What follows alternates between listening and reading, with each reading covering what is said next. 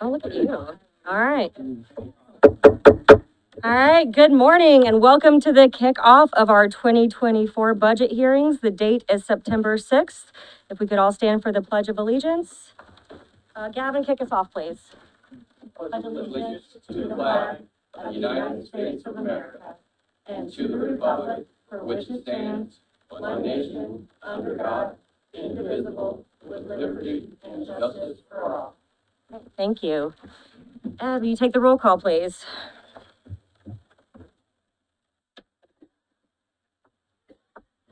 Mr. Whitehead. Present. And Bill. Here. Piper. Yes, here. Chance. Here. Present. Jim. Here. Dan. Present. And Ryan. Here. All right, so we have our agenda for the day. The first thing that is our public hearing. We do not have a sign up, so if you just want to go up to the microphone, if you have anything to share for the public hearing, we will entertain that now.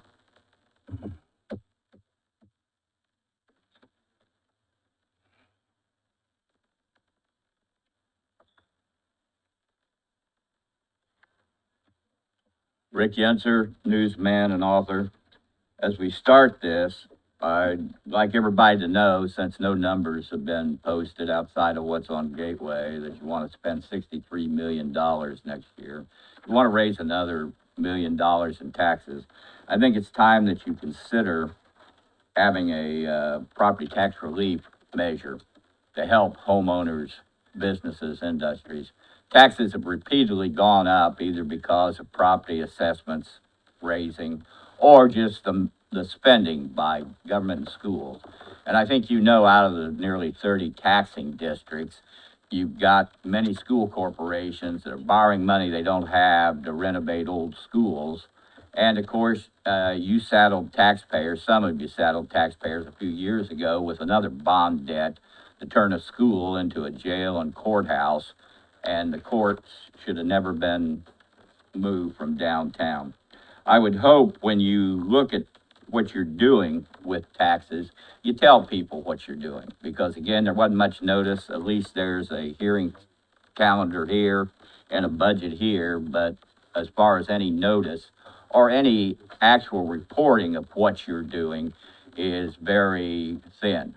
And as far as procedure, I've said this before to others, and this government too, that it behooves you to have public hearings when people are available, not when they're working or in school, because 8 o'clock hearings aren't going to attract anybody other than people like me that over a half a century know what government schools are doing, and they're just taxing us and spending money that you don't have. So hopefully we'll find some more answers when we go through the budget here.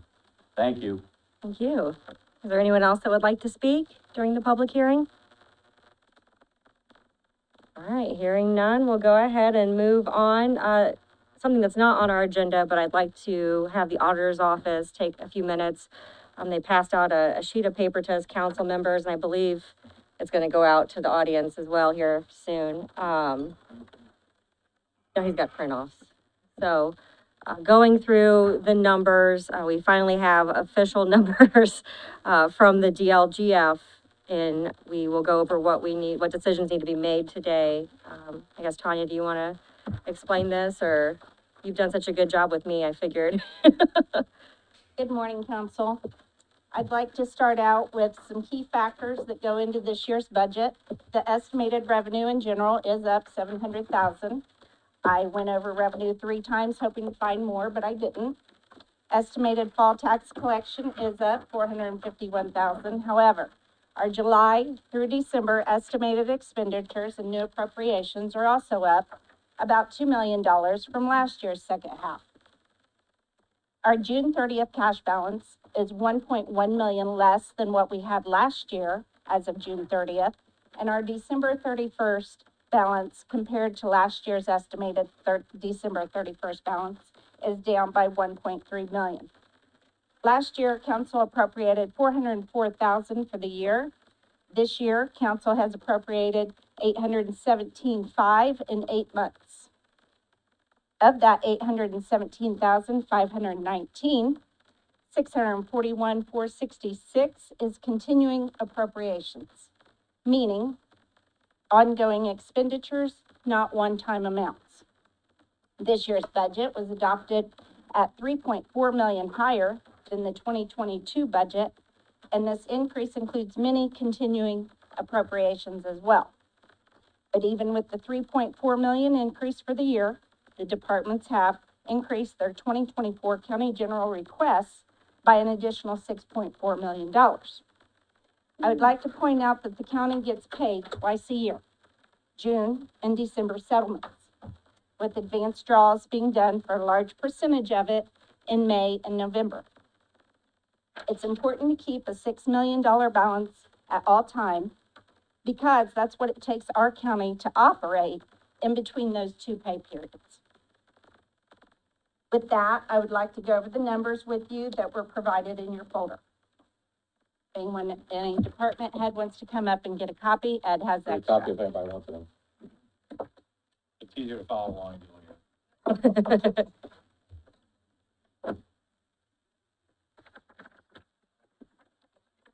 Wish we could do something, easy screens for stuff like that.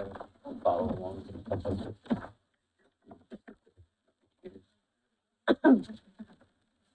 Save time on some paper. Pass some work around. Letters and numbers in there. Oh, so we gotta get that a little bit better. Good. So it's still We'll pass possible, those around. still possible, gotcha. Okay.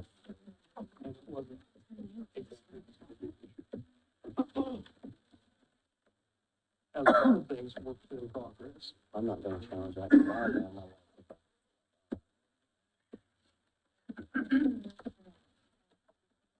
All right, I think we're good. Okay, we're starting out with the $6,708,373. That is our estimated December 31st cash balance. If you take away the desired $6 million that we want to keep in there at all times for our operating balance, that only leaves you an extra $708,373. Or I'm sorry, a balance of $708,373. Then you add in the estimated revenues that we have accounted for, and that brings you an extra $835,461 on top of what we adopted last year. At that point in time, you would be cutting $5,528,689. However, there's some other key factors that I want to point out when you get past that point. We always go in $200,000 over max levy, and that is just to account for the CNAVs coming in, which is your certified net assessed values, and the rates, et cetera. It's just a good kind of space to go in a little bit over, and that is recommended by the DLGF, which is your Department of Local Government Finance. Therefore, when that happens, if you do go over, the first thing they're gonna do is, if it is over, whatever amount that is over, they're gonna take that off of general. So that's gonna drop down from that. So that, looking at that in the future, predicting that, you're looking at that bringing it down to $635,461. At that point in time, it's a cut of $5,728,689. The next number is based on a projected CNAV increase by the DLGF. We estimated that at 5%, just to be safe. And what you do is, with your Cume Bridge, that is a rate-driven value. Therefore, if the assessed values go up, then that Cume Bridge is gonna go up. So that amount that is on your chart, as far as for your Cume Bridge amount, we took that by 5% in order to allow for an increase, if it does in fact increase, because that would be another $143,930 that would go to Cume Bridge. When that happens, if Cume Bridge goes up, the other tax, funds goes down, and vice versa. The other three go up and Cume Bridge goes down. So, we just took that into account to let you see that that can happen, because in fact, last year, after adoption, the Cume Bridge was adopted at like 2.5, and after it was all said and done, it got 2.8. So County General lost another $331,000 to Cume Bridge right off the bat. So that will bring you down to $491,532. With that, you're cutting $5,835,461. $872,619. Then I want you to take into consideration, we have some state mandated costs that are in the 2024 budget. When you allow for those increases, they total $227,902. And that is for your sheriff, your court administrator, and your public defenders. So then you're at 263,630 with a cut of 6,100,521. And then you also have what I spoke about earlier in our appropriations from 2023.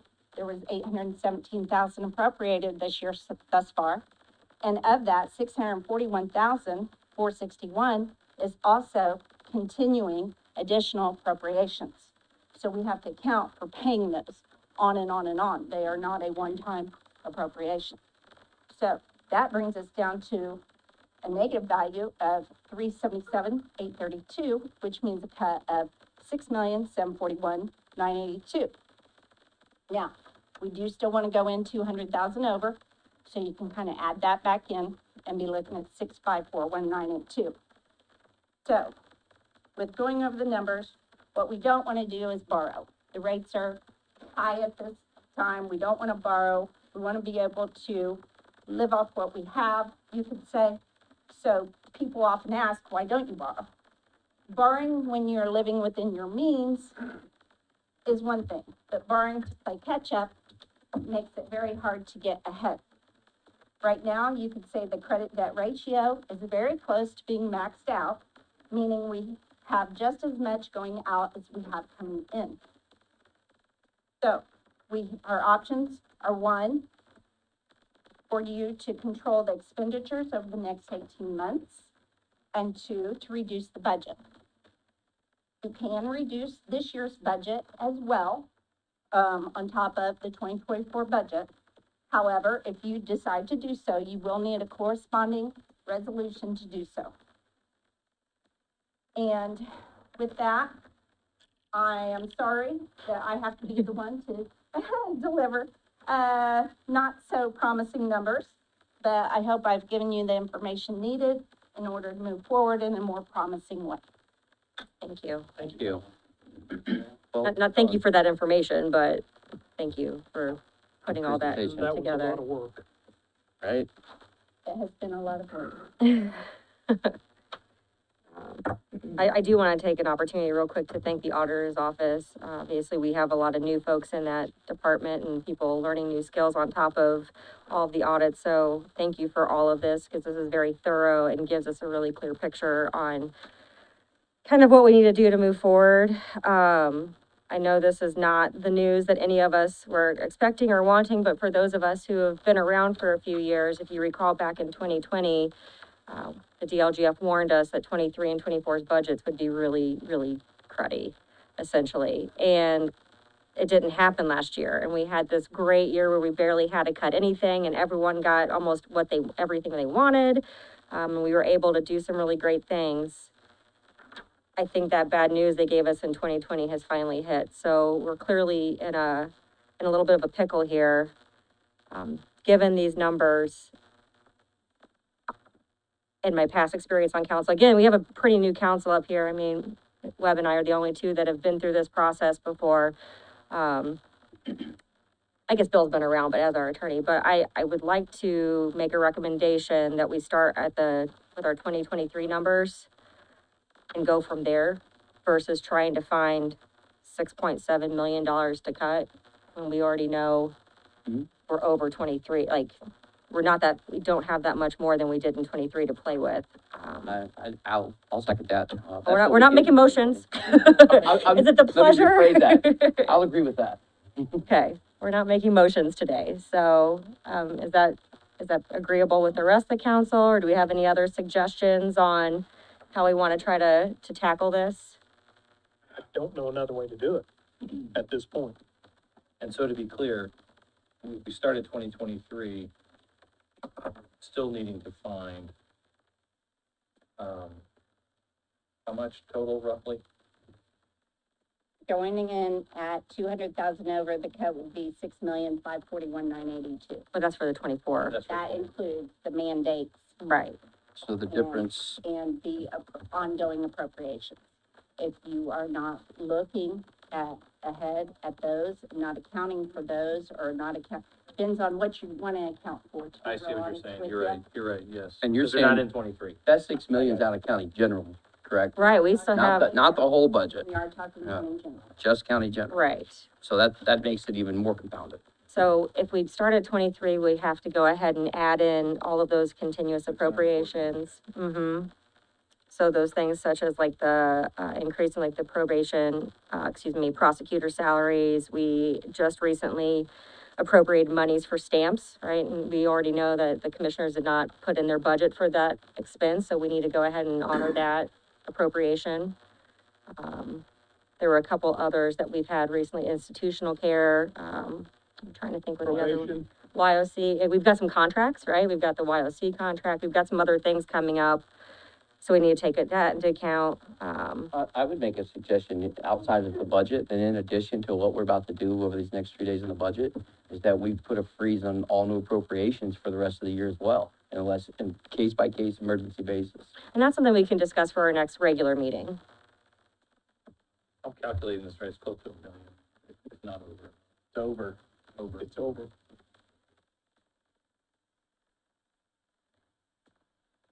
All right, I've got close to 1.25 million that we'll have to, 1.25. when you add the 24 state mandated costs, the continuous appropriations, Plus the statement. plus the 23 That's right. approved budget, track out the 24 estimated revenue. I didn't do anything with that 200,000 CLGF recommended number. Right.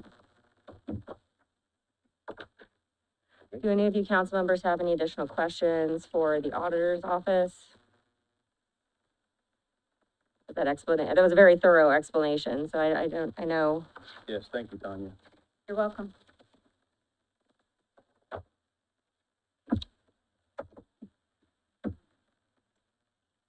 All right, well, with that, we will start in on our department agenda. So data IT, you are up first.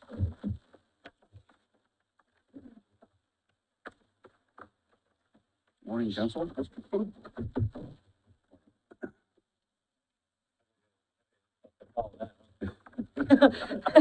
I was just gonna say, it's, not the best time to be stepping up here, so. We're all in the Jim, I same would like boat. to thank your department for all of your help in helping us, kind of upgrade the book a little bit and with some formula work and such in order to make changes in it that I hope are a better change for everyone. And we couldn't have done that without IT's help. Thank you. All right. Jim's budgets are always relatively, well, small in line items. So he has an increase of 7,000. Do you want to, Jim, talk about any, like, the highlights in here or anything that if we have to fund?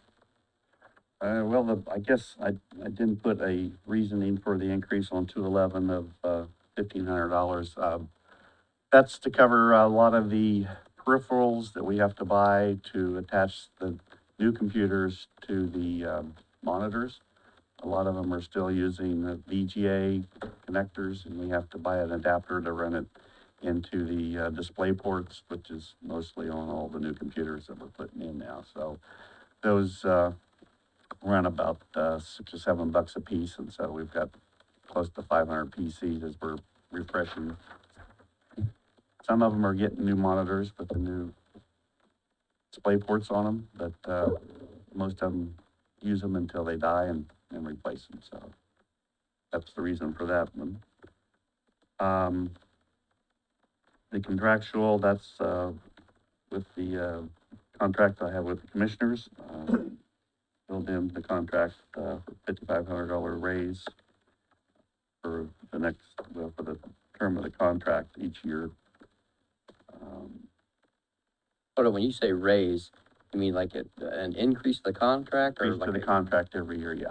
but not like a a raise as far as any type of No, salary? no, it's just a contract Okay. amount. How many FTEs are covered in that? Pardon me? How many FTEs, how many people? In the county side, we're, 6. So that number covers 6 salaries in essence from your Yes. side. Well, salaries and also expenses that I have as a company, so. What about the big ones? That's the ones I want to hear about. Okay.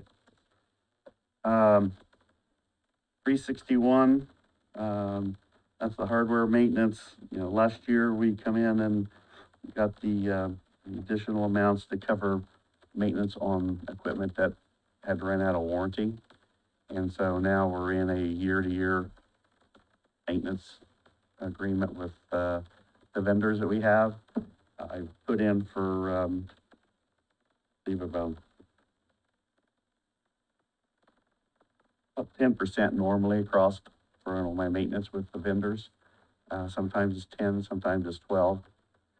But, this is for all the main hardware as far as the, servers, the switches and everything that's within all the buildings throughout the county. That's,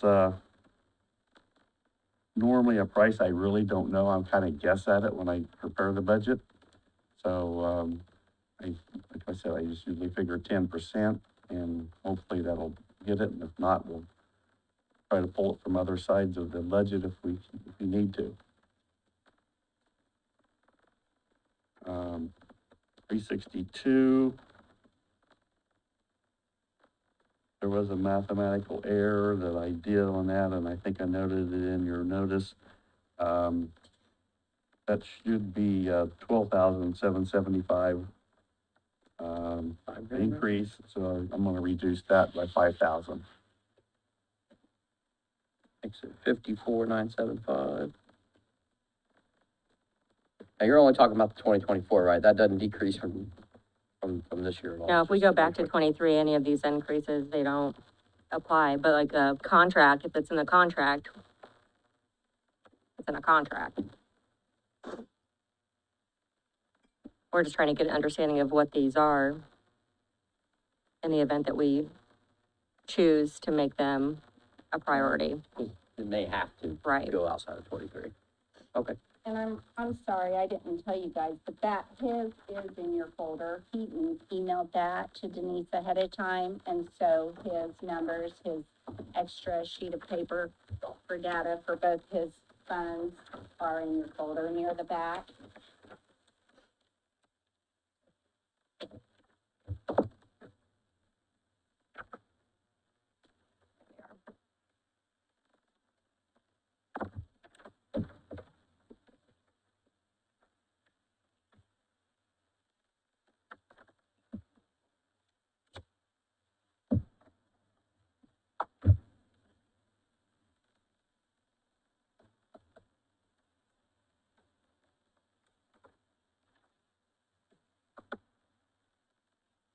What about the 364 network management tools? 364, yeah, that's, I requested another 10,000 this year for software that we're looking at, trying to bring into, cybersecurity, and any of the other items that we have to manage the center. Mainly for networking and to manage the switches and background, you know, who's been on and kind of give a synopsis on a daily basis that we can review. But, that's, you know, it's not a necessity, it's just we're looking at trying to make it better. We haven't been able to do it in the past. So I want to try to get us more leeway and Jim, like, you say not a necessity, what do you mean? Like, well, I mean, specifically about- it, last year you gave me the 30,000 to do that, and I'm in the process of getting a vendor lined up to do that, to buy it this year. But they have, about what, I'm sorry? About what? network software, what we call a SIM solution, so we can manage the, network. Okay, so it's network, not security. Well, it is kind of tied together. If you manage the network, you can kind of tell what's going on and if anything gets infiltrated into your network, which could be a cybersecurity. And then what about the computer equipment? You said you're just getting new computers? Did I hear that right? Not this year, not for IT. Okay. But all the departments are in the process of replacing all Okay. their, So what is that 7,000, you touched base on it a minute ago, the 10,000, the 7,000? I'm sorry, It's been removed. the Okay. 5,000, and the 7,000 is being removed. I come to council last month Got it. for that, sealer. When I made this budget up, I had not anticipated the machine starting failing, so I brought it to the council early. That was just a reduction, 362. from 362. Normally I make it, I made it 10%, and for some reason, 5,000, so. Oh, okay. Jim, on 311 on contractual services, is that an existing contract Yes, or, it's a 3-year contract with the commissioners. okay, what year are we in? We're in the second year right now. Thank you. I would, just first pass, I would recommend removing the 364, 10,000. Nothing. Well, today we're just kind of listening. Okay, we're not going to take anything out on first pass? No, because we need to kind of get a good understanding of what we're working with. Okay. I mean, we're in the first department right now.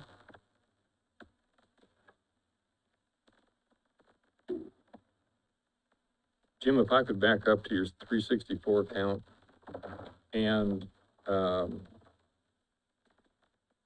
$34,000 that was budgeted last year, is that an ongoing expense, or did you have the ability to buy things with that 34,000? We're in the process right now of doing that. We're discussing with a vendor, get the software that we want to bring in. We've got some demos coming up in the next couple weeks. With that, I put the extra 10,000 in because normally these vendors have their modularized software. So you can buy 2 or 3 pieces to start with, and then you can add more and more onto it after that. It's quite expensive to buy their whole suite. And so you can build it as you need it. What line item do you have that prevents hackers from getting into the county website and The county website or Well- the county network, network? okay? Where would that fall under any of these? It would fall under the software maintenance. We have antivirus software, and we have a product called FireEye that we put out front for any email hackers or any suspicious emails that come in that are filtered out before it even gets into our network. That Seems like I'm interrupting, I'm sorry. Seems like I'm getting all kinds of weird emails through the account that aren't being filtered out. Is that, it happens. I mean, there's the filtering of emails is based on a formula that's determine what's spam and what's not spam. And I'd be glad to take a look and see what you're getting, but a lot of times it's nothing that we can block specifically. Our antivirus that we run, it checks it after it gets inside. When they do the emails, we run email testing with the users out there. Part of that's the program that tests them for making sure that, we send emails out to them periodically for them to see if they'll click on it. and then you also indicated that, somewhere in here, I'm backing up again, that you're wanting to purchase some ransomware, some new, virus protection for the website. Did I understand that correctly? Your network management? The network management, yes. That's just another prevention that we put on the inside so we can manage the network to make sure that there's nothing suspicious running through our network. Okay, thank you.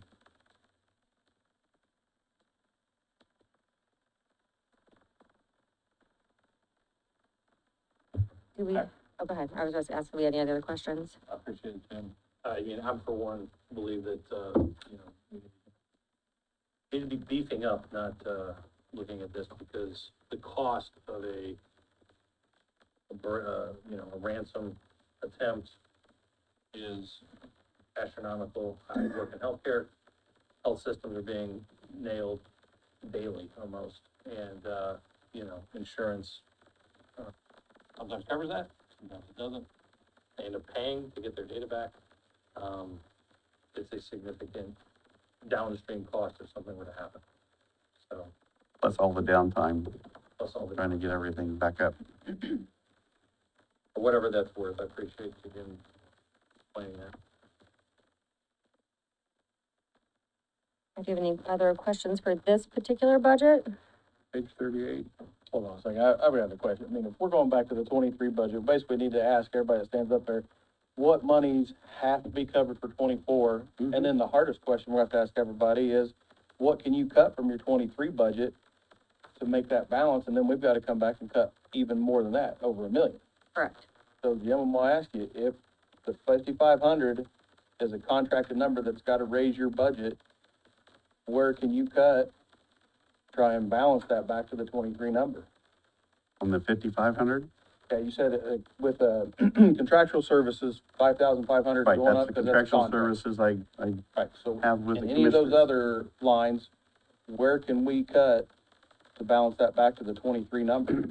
I got 47,975. You're talking about which number? I thought we were talking about the requested difference between the years, is that, are we not? No, I mean, Okay. if we're saying we're starting with a 23 budget, so 575, 450, We gotta add 5,500 got to add 5,500. because that's contracted. So I'm asking Jim is where can he cut now out of his 23 numbers to make that back balance to that 23 number that we're trying to shoot for? Because we're actually shooting for 1.25 million less than what we budgeted or what the council budgeted for 23. Is that fair to say? Yes. Yes. All right, so Jim, back to my question. Where can we balance that back? Well, in 361, 362, the maintenance, that is kind of a number that I don't have control over.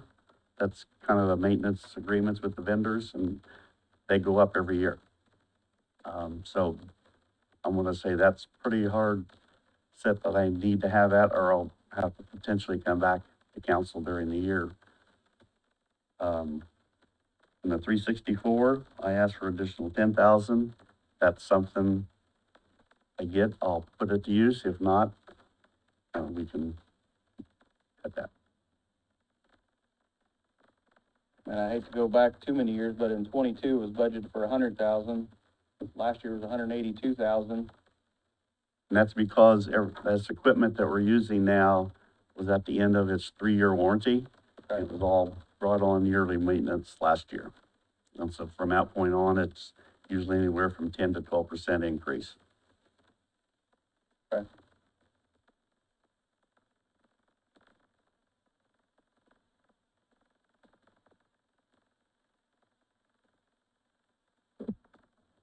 All right. Well, let's hop on over to page 38, to his second budget.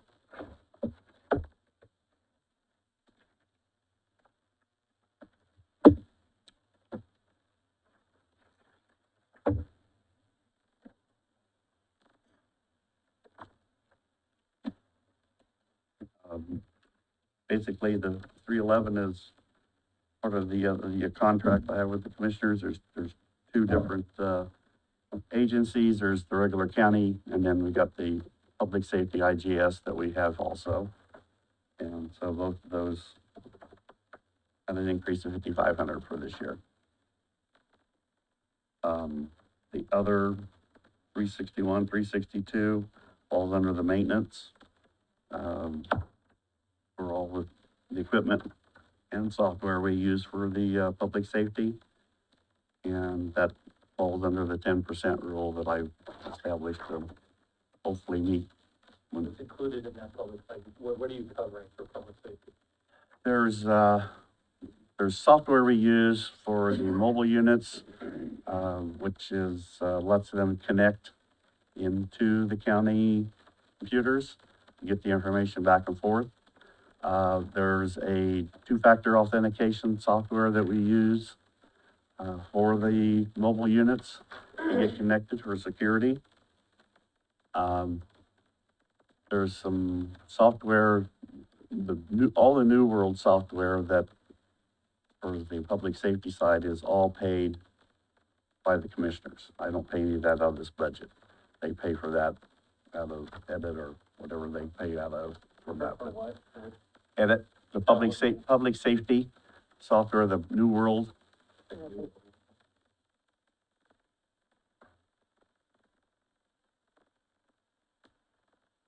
I mean, I can get you a list together if you want before the council's order of all the particular items of software.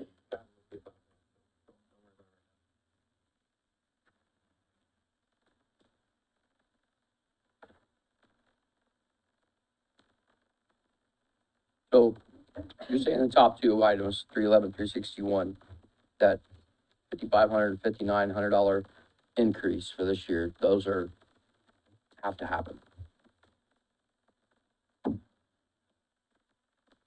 Okay.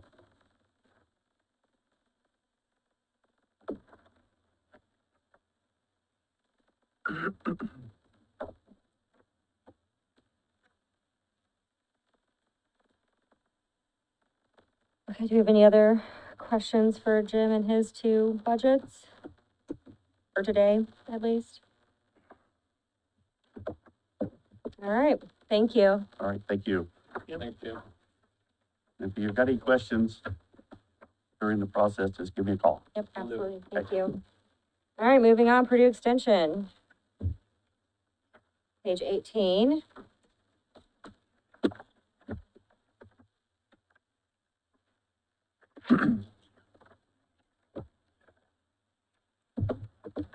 So, Welcome, by the way. thank you, thank you. Picked a good time to transfer to Delaware County. Yeah. No, I want to say that I appreciate all that you guys do. I know this isn't an easy job and you've got a lot of work ahead of you. And, we want this county to be solvent and I understand that. So I, just want to say that I understand and I appreciate it. If you look at our budget, we're up about $7,000 roughly from the year before and what we have proposed for this year. Those increases come in three lines. The two county paid employees in the office, we had a 4% increase in there for each of their lines. And then the contractual services agreement that the county has with the university also saw a 4% increase. That's a number that I don't set. That's a number that's given to me and then I bring to you. So the 3640 increase on Right. 311, I'm looking here. third one down. Yes, sir. Yep. So Purdue is our land grant university here in Indiana, and every state has a university that serves as their land grant university. So like in Indiana, it's Purdue Extension. If you go up to Michigan, it's Michigan State Extension. So it's a nationwide Yeah. program essentially. So this is something that every county has. Yeah, all some 92 form of- counties in Indiana have an agreement, like this with the university. Like I say, and that's a number that is not something that I'm in control of. So everything, The numbers I am in control of, the discretionary lines, they're all flat. I've not brought forth any increases in any of those. And so just the to other re- two, the oh, other go two ahead. increases that aren't, out of your control are salary related, correct? Correct. Right, so that was the set number that was proposed. So for everyone's information, the finance committee, we met a few months ago, many months ago at this point, to try to figure out if we were able to do salary increases, what our requested number was, like, you know, like last year, I think we said no one to exceed 5%. We sent out an email this year that said 4% because the max levy quotient number was 4%, right? Is that correct, Matt, Bill? That was what they were anticipating. So we just kind of try to fall in line with that. So you'll see a lot of 4% increases in here, and that's because that's what we had asked departments to not exceed.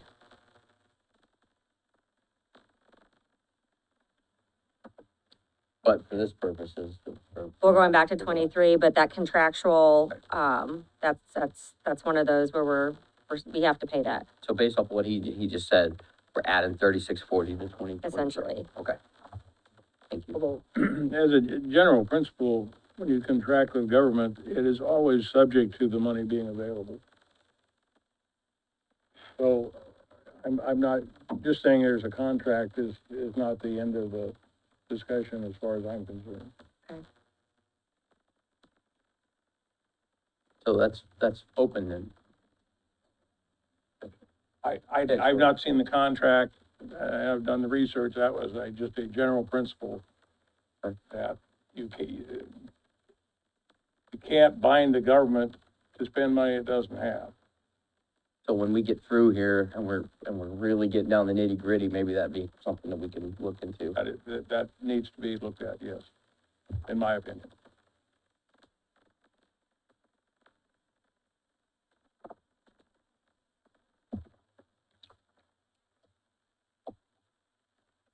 All right. Any further questions for extension? Good. All right, Thank you, sir. thank you. Yep. All right, we're on to the treasurer, page 10. All right, on schedule. Good morning. Good morning. This year I can say I'm glad to be out here instead of up there. I mean, even though it was the city, but I don't envy any of you, and I understand that you have a very tough job, and I have some compassion with you guys, so I do understand. Just to point out, on this office, the recorder's office, the auditor's office, and the coroner's office, we had, elected officials and chief deputies move out and new ones come in. Therefore, you have to pay the old ones for 12 days, or the previous ones, I should say, for 12 days. And then it kicks in for the new one. So in order to show that on the lines above, as far as the 12 days separate from the new line, that's why there is a note below telling you the, amount for the elected official and for the chief, so that you don't have to sit there and add those two amounts together on those 4 offices.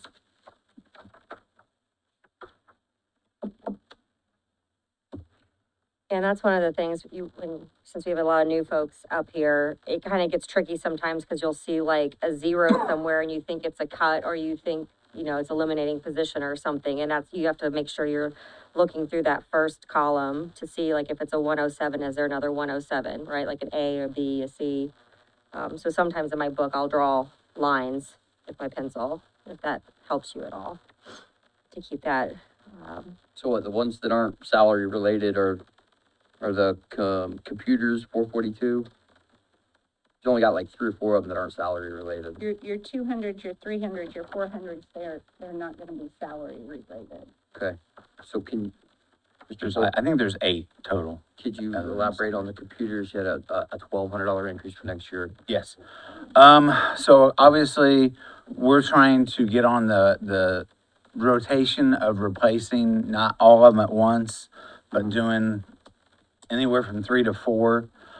This year I was able to replace 4. I would like to replace 4 next year, for the cashiers, for the front line. It's been 3 or 4 years since that has been done, to my understanding. And so I'd like to stay on that where I can replace 4. I think I have 13 total, but one of them we don't use, that often. And so, it's not really in the rotation. It will be in maybe one every 5 or maybe 6 years, so, or we can just use one of the old ones and put it back there and replace that, so we don't have to really replace that extra one. But I'd like to stay in that four computer, replacement, per year. And obviously with everything else, the cost of computers, have gone up. And that does not include, I think we're okay on software, so we won't have to replace any software. Those are just the cost of, 4 computers.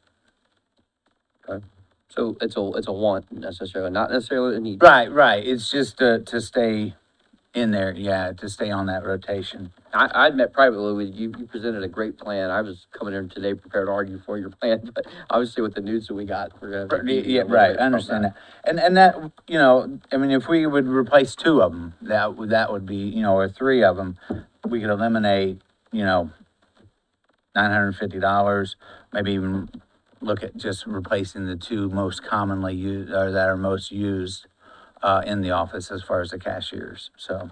Well, you had 2,600 budgeted for this year, and you still have 2,300 in there. Yeah. That is actually already spent, because I just bought 2, and I had to buy software with the one, with actually both of them, so. And that's a good point, Ryan. So for those of you who are new, the balance column on our books is as of the end of June. So if there's a line item that looks like it still has money, obviously you can ask the department head, but we have the, opportunity here that the auditor's office can look at the current balance, like as of right now as well. So if that's something you're interested in, they can pull that up for you as well. Part-time is showing a balance greater than the 2023 budget. Yeah, you had 2,500 budgeted, got 4,700 in there on the second line down. 198. So, it looks, I have on the, out of the VIP, that we had budgeted 5,500 for that. And then that's why there's an amount there. Down to 2,753. What's that number again, Becky? 2,753 That's the balance. as of the end of August, yes. You said 5,500 was what it was, not 25. Budget was 5,500 now. Yeah, that's what it has on the VIP, the expense report that I. That means we need to increase that 307,000 total by, what was it, 3,000? Is it, the line item I have for 2023 on 198 says 2,500. He's saying it's actually 5,500. So that would affect our total as well. Correct.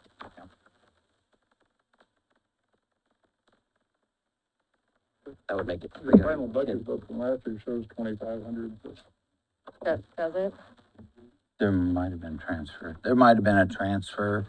That probably makes more That, sense. that would, yeah, that would make. more Oh, sense. okay. Yeah. 2,500. Yeah, that's probably where it came from. Okay. So we're good with that. So, one of the other things, most of the stuff I'm just leaving, like office supplies, we just left the same. The only thing that we bumped up is equipment repairs. It was $75. Actually, we spent that I believe it was the first week of my office, because we had to change the combination of the safe, and that took all $75. So we have 0 for equipment repairs. I know our cash machine that we sort the money through, and it counts the money automatically if we get a big amount, is kind of on the fritz, and I'm not sure. I'm looking to see if I can get someone to repair it, but I don't know if that's, if so, there's gonna be a cost there, and that's, pretty much it. For the general public and for the, employees in the office, that is almost a necessity of having. You can Any imagine idea, that we take in Brad, a what lot that of money. might cost? Sorry? Any idea of cost? I didn't really get formal quotes, but I talked to some people down at the Treasurers Conference, and they range anywhere from, like $300, and up to $1,200. Obviously, we're not doing the 1,200. I would stick more, in that $400, $400 range. That's kind of why I put that in there. And that's just that equipment. So if anything else goes. You know, we're gonna have to hopefully maybe borrow or transfer from other line items if there is any. Think of the irony, though, a broke county spending money buying a cash machine to count the money that we don't have. Yeah, well, we still get it, we still Yeah. take it in every day. Hey, but speaking and, of that, I want to tell you, kudos to you. I know you've done a really good job. A lot of people don't know. You manage the money and you've done some stuff with our interest rates and getting a good return on housing our money. And, without making those moves, we would even have less money. So, kudos to you for what you're doing and I hope that continues. Thank you. Yeah, hopefully the rates stay the same and people will, you know, we can move, try to get the best rate for our money. It's nice when you have a little bit that you can have some bargaining power with, and that's what's helped a little bit, along with the federal government's raising rates. So hopefully they stay, or continue to go up. I don't know, but, and with that, I mean, you can see line item 312, the bank fees, I cut that by cut it by $2,025. That is because we're not getting charged as much because we are doing more investments with local banks, the banks that we have our checking accounts with and things like that. So the fees are not as much as they were the previous, few years. Same with printing, it dropped, $2,000 as well. Part of that, goes to that we've used this company. I know Ed started using this company, and so we're, you know, with contracting with them, they reduce their cost to us. So that's kind of nice that we can, so I looked at that and saw that we did not need all that money in there, so I tried to cut some of that as well. Help me out one more time with, Tanya, this is for you or for Brad. I understand we have people leaving, we have new people coming in. So that should be a wash. We've played around with some nickels and dimes here, but how do we get to $15,000 difference? That is, from this year to 24, it's just the 4% Salary increase. salary increases, but there are, three of my, full-time, I was asking for additional money, for them, mainly because two of them are in the bookkeeping department, they're making the same, amount, one's the titled head bookkeeper, the other's assistant bookkeeper, so bumping the head bookkeeper, she has a little more responsibility, than the other, and so that was the difference there. And then for my chief deputy, asking for a little additional there to separate her from the other employees more so. And then same with the head cashier from the cashiers, is separating them as well. So I want to point out on his, for doing the 2023 budget, two of these items he's put in for less than, the bank fees, 312, and the printing, which is 325, which totals 4,500. So what you was talking about earlier, Eugene, we have to cut some out of that. So that's 4,500 out of that 307 right there. If we're not considering any increases yet, just And as decrease. that's certainly something we can look at as we go through all the budgets, is if the line item is less in 24, we can take that as their number. That's what I'm making notes, like if we're going 2023 and they're actually budgeting less in 2024, I'm making a change right now. That way when we come back. Yeah, I'm through, we making can- notes we can myself. Go over that as well. So yeah, that's 4,500. Basically almost covers your increases that you had. Mm-hmm. Or you could just help us knock out 4,500. Yeah, So Brad- either way, hey. Brad, including yourself, how many employees do you have in your office? Including myself, there is 8 total. 7 are full-time, 1 is a part-time. She works, right now she's working 1 to 2 days a week, and then when we have tax collection, the 2 periods of times, she'll work more.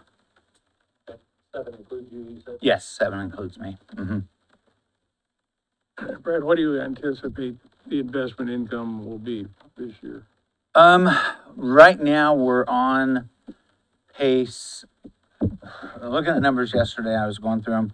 We're at about $2 million for the year.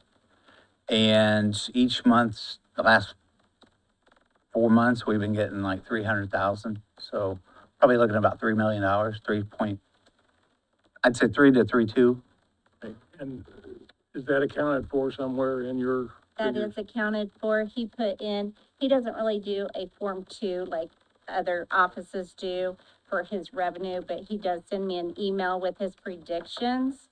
And so I did account for another $1 million between July and December because he was already past $1 million for the first 6 months of the year.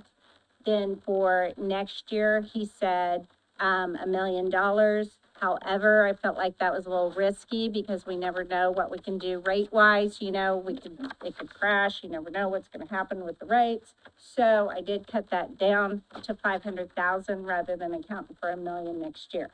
Just because it's a total estimate, it's a guess, we're not sure. And, right, but that's, you use the 500,000 as the total revenue for 2024, investment in revenue. Okay, Correct. thank you.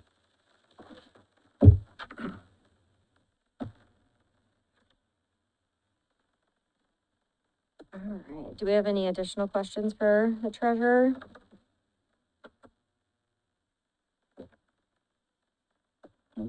Cool, all right, Thank All you. right, thank you. thank you. Look at this guy coming in. I know. Seems to linger Come on in, about. Ron. Bring your popcorn. Couldn't get enough of it. He's just like the old fire horse. All right, on to the surveyor. Start on page 17. Tommy, you're usually pretty easy with us, Yeah, hoping the same thing. yep.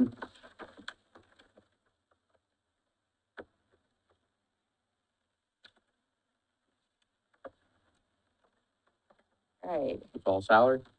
Yeah, the only increase was the 4% as requested by the email. So this, Everything else is the same.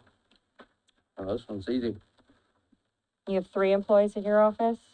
Huh? You have 3 employees? 4, but one's not paid by county general. Okay, so. Yeah. Those are all full-time. Yes.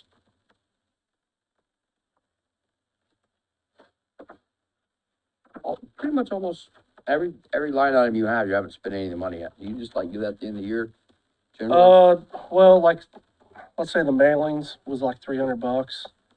If we have like a reconstruction or some sort of need for a special hearing, then I have to send out registered letters, and that's what that's for. But this year we haven't had one. So I always have to budget it, because I don't know. Yeah. And sometimes it goes over, sometimes we have more than one, but if we don't have one, then it just goes back. But like I said, for my whole office, the budget besides salaries is like $4,700, something. Yeah, they're all like that. real small numbers. I was just But yeah, curious. we have to put those in there in case we have a reconstruction or some sort of a new, neighborhood goes in and they need to put some sort of regulated drain in there, then I have to send it out to all the landowners, and that's all registered mail, so that costs money. So that's what that's for.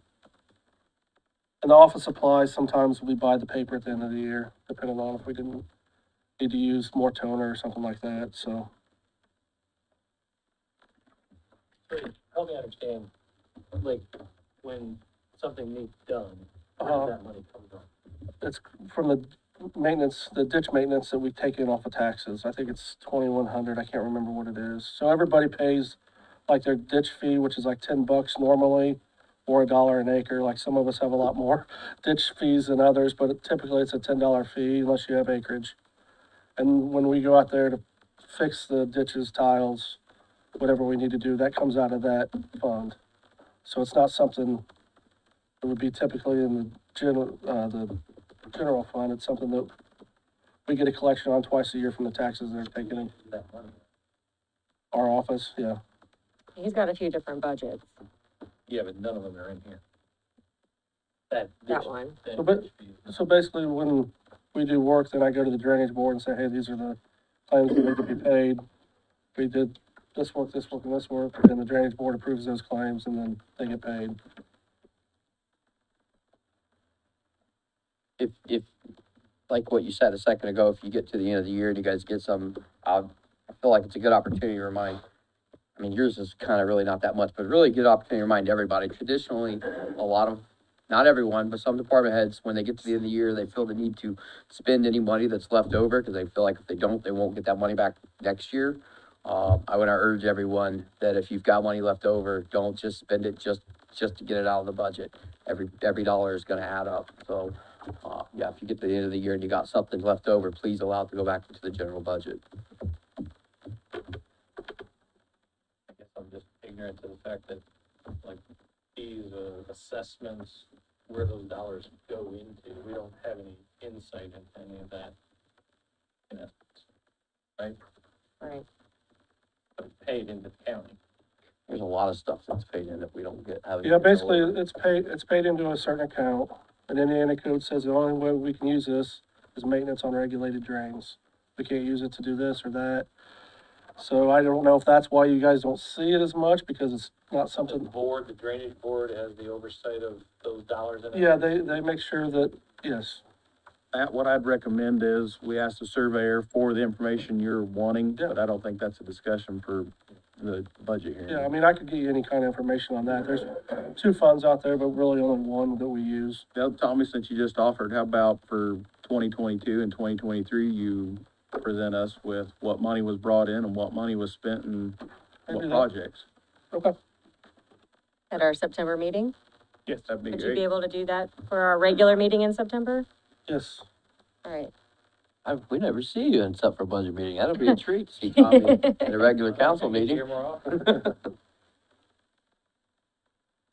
Thanks, Tom. Thank you. Do we need to go over any of the other ones? Yeah, we need to move on to the next one. I'm just making a note to make sure I have you on the, agenda for our meeting. Yes, page 40. When is that meeting in September? I believe it's the 26th. 26th? Yes.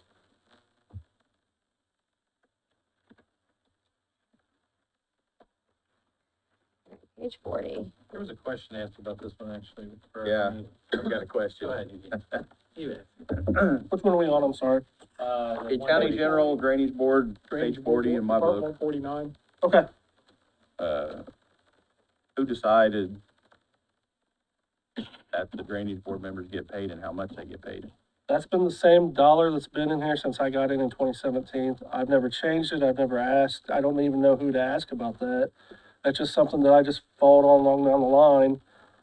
And it's been that way, like I said, since 2017. And I believe the actual board attorney's been the same too, which is kind of nice for attorney not to raise his rates since then. And I never went back and looked if that number had increased. You know, I went back 3 or 4 years, but I didn't go back any longer than that because it was the same. So I really don't know where that number was derived from and when it was put into effect. Who is the attorney? Brandon Murphy. Could we ask our own council attorney, is that something, that $1,500, is that something that we could reduce to zero? And that be a voluntary board position? I know that a lot of our other board positions are voluntary. I'll look into it right now. I don't know off the top of my head. I'll pull That's it up. $7,500. This is the drainage board members specifically that you're Yes, referring there's, to? 5 of them that are paid $1,500 each. Meet monthly, is that correct? Yes. What's Unless that? there's no business. You meet monthly. Yes. You would meet monthly, or does it, or the month you can? No, there's a public meeting every month that we have to have, and then if public wants to come in and then they voice their, I didn't know if it was like some of them where there's no business, so you can skip some meetings. no, we still have to have a public meeting. Or we do, I don't know, I've just always have, just in case, you know, some people don't know to call the surveyor's office if they have a drainage problem. They think that I go out and do survey lines, which is not true, so they'll come to the drainage board meeting, so that's one way to have people find out what the problem is or whatever. Drainage board has considerable responsibility. I'm not sure it's really a volunteer type position. They manage, I don't know what your. We have over 800 miles of ditches in the county. have 500 miles of a drain. We got over 800 just miles of drains. We got more miles of drains than we do roads. And the majority of the tiles are put in over 120 years ago. So they need some maintenance on them. I wouldn't doubt that it's probably a lot of work and probably deserving of a $1,500 payment. I just know that we have a great community with a lot of volunteers, and I'm sure we could find 5 eager people who would love to do that job for free. I just also want to preference that being on the drainage board, you do have to have some knowledge of not just the water runs downhill, but you need to know pipe size and area, because every day we're getting houses built and every day the drainage system is getting overloaded. It was overloaded 50 years ago. They're not increasing it any, so we're putting the same amount, so when people come in, and our funds are limited, we're probably one of the lowest counties in the area as far as how much we assess people on their properties. Actually, the Blackford County Surveyor couldn't believe how cheap we were, so we're stretched thin, and it helps to have a knowledgeable board, and I do believe we have a knowledgeable board. And I hate to see that go from people that are knowledgeable coming here every month versus people that don't know anything but just want to be on a board. That doesn't sound, I know that sounds bad, but it's nice to work with people that either have farm ground or have worked in the field or at least have been on the drainage board for long enough that they know what's.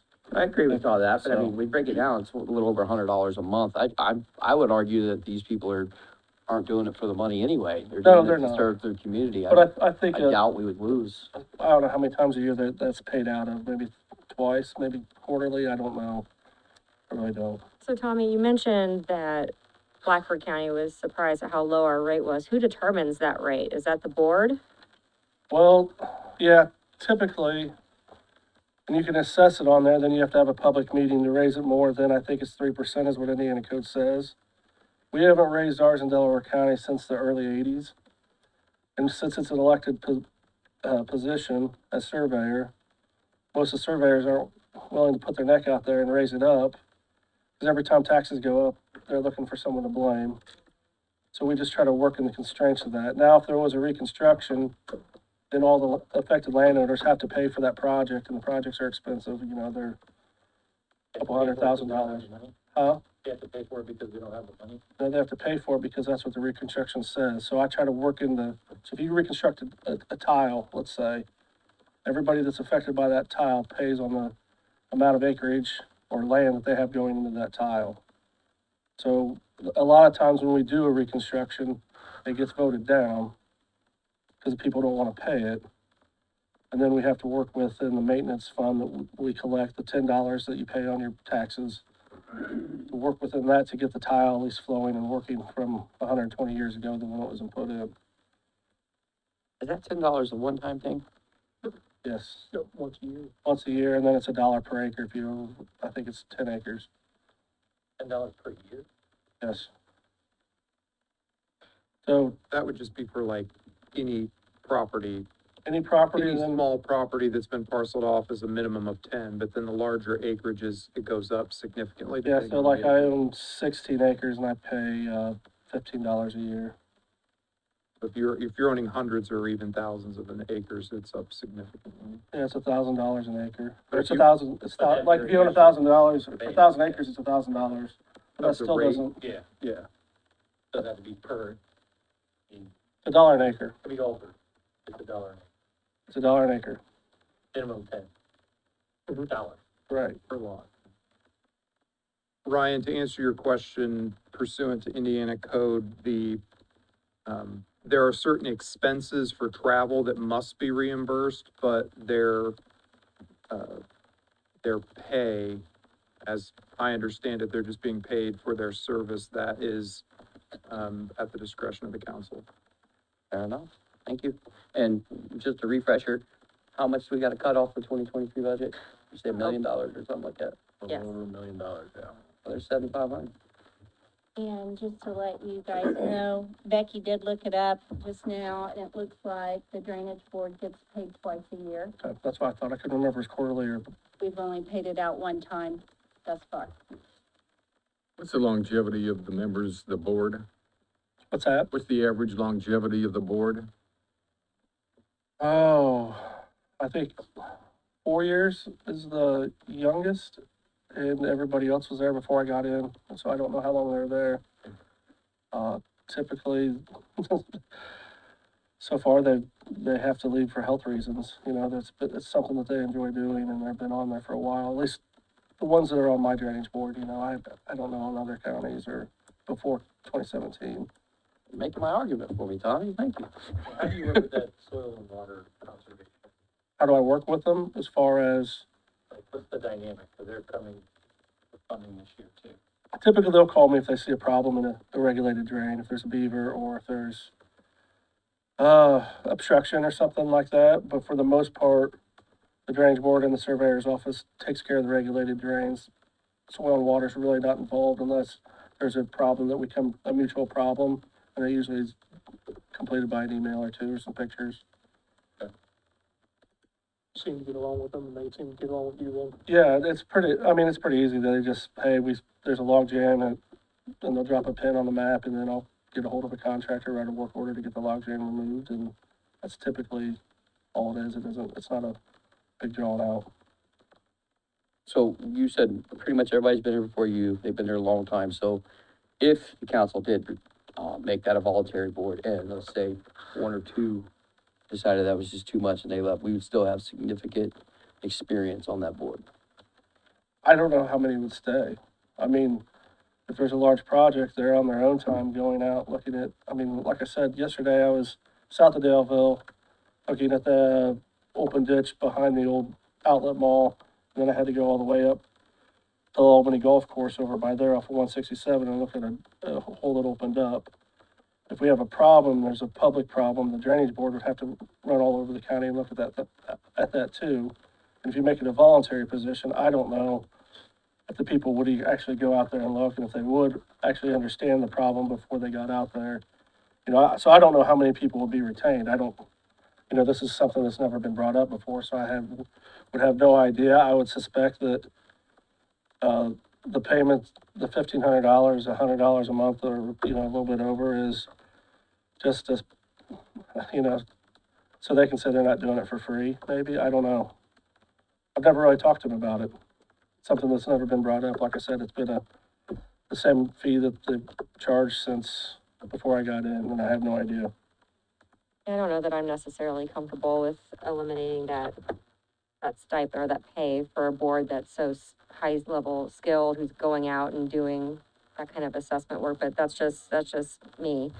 We're not gonna get to $1 million. I know we do, I know, but we're gonna have to have those conversations tomorrow. What was that? Penny wise and dollar foolish. That's true. So, all right, well, let's go on to page 80. This fund falls outside of county general, not Potter Bar levy.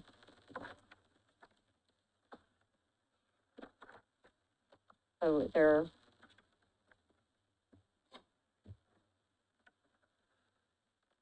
What is this money? Is this the perpetuation?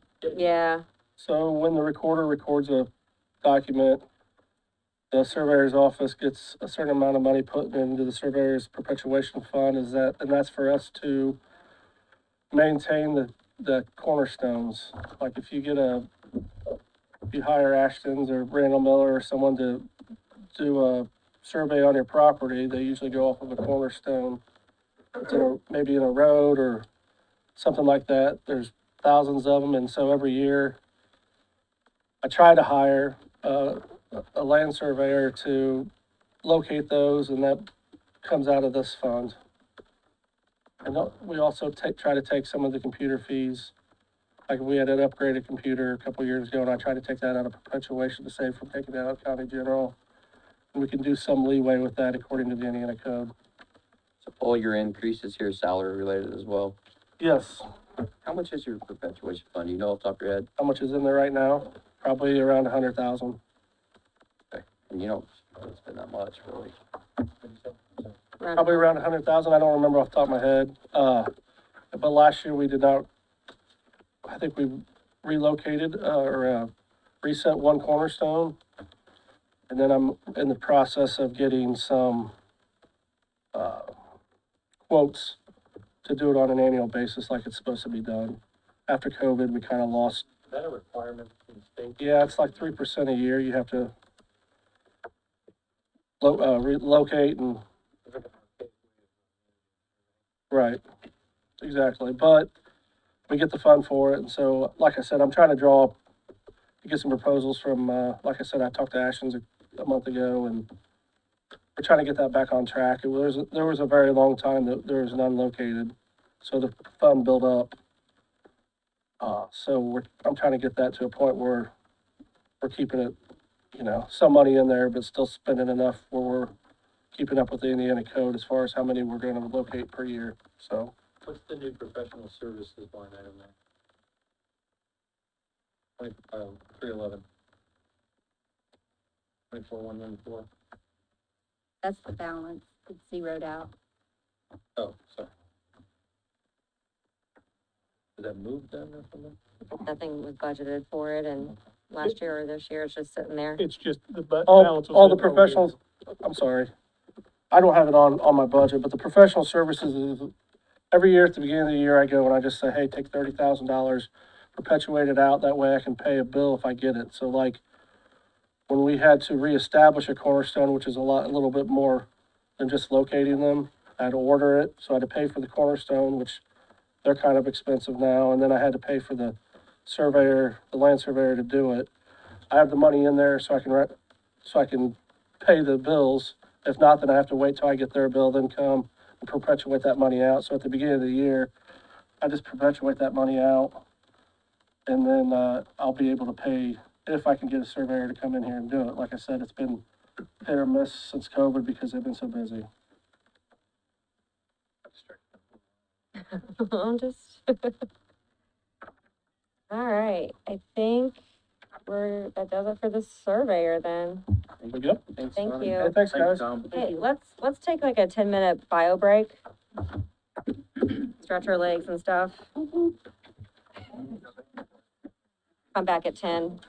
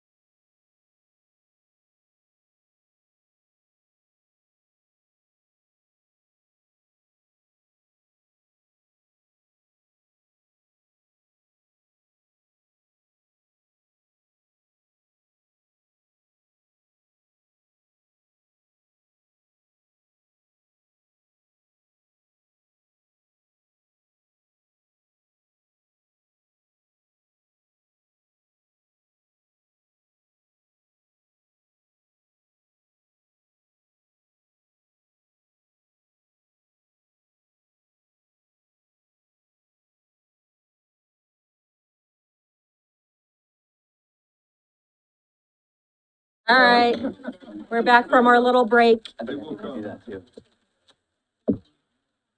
All right, so now we are on to the assessor, page 20. Madam President, Yes, if I may say something, just in case everybody wasn't in the room when we first talked about it an hour and a half ago, but we're going off our 2023 budgets, because we're gonna have to cut 1.25 million from the 23 budget with the revenue projections and all the other, monies we've spent. So what I asked, I think it was Jim Fluke who started us off, I asked him, tell us what you have to have for next year, it's gonna be an increase. And I sure would like to hear where you can cut money to help us save, because we're gonna have to cut from last year's budgets. Welcome, James. and welcome. For that bit of information. So assessor, what, page 20? Yeah,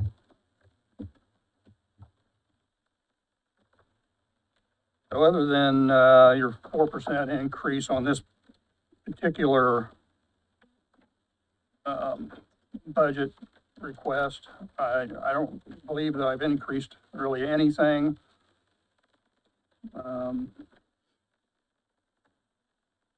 If you have any questions on including yourself, how many employees are in your department? 9,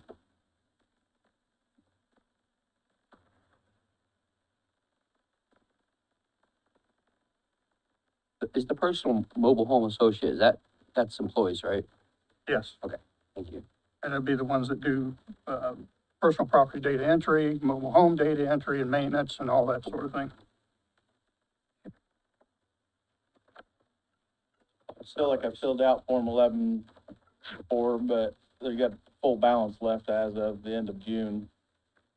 Is that something that you're gonna spend the entire amount of by the end of the year?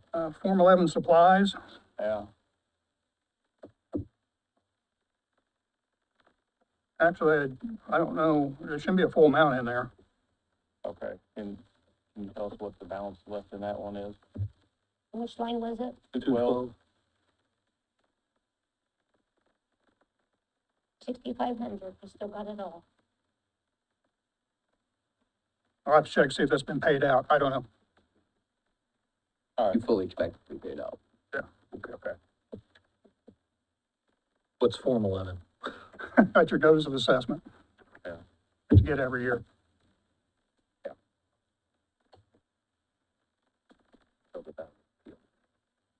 And the title change on chief deputy, what, was That was last something year. that came up last year, with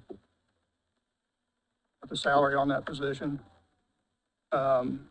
That really should be chief deputy, not an office manager, because it has the same responsibilities as the other chief deputies within the building. Treasurer, auditor, We streamlined those salaries last year, yeah. so that they And she were, was, omitted from that because of that. So that's been changed, it's been recommended, I changed that and I changed it. So I guess I'll ask the question that Eugene asked. If there was money to be found, where would it be found? In this budget, like I said, the only thing I've changed is so there's nothing to be found. So the only thing I've changed is the recommended 4%.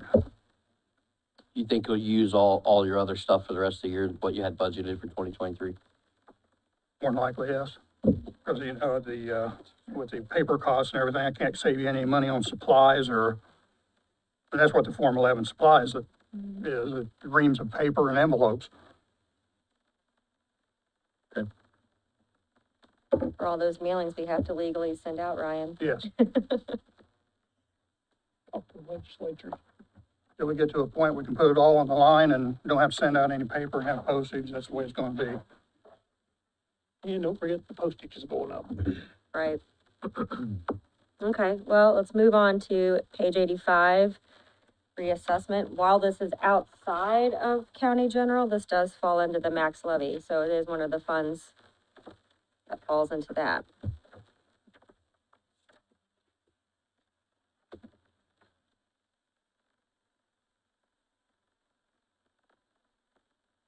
The first thing I see is the longevity increase. It's only $100, but could you kind of run that by me, what that is? Okay, so you have, in that reassessment fund, you have one employee in the reassessment fund. That's the appeals reassessment clerk. And that's her longevity, and that's what was recommended be added to that by the auditor's office. So, real fast, if I could pause for a second. Mr. Carroll, is every employee who has longevity gonna have, about $100 added? Is that what we're gonna expect to see? It varies, doesn't it? I guess it's based off how long of longevity they have, right? Correct. Okay. Mhm. If it's their first year for getting it, it would be $400. Is that correct?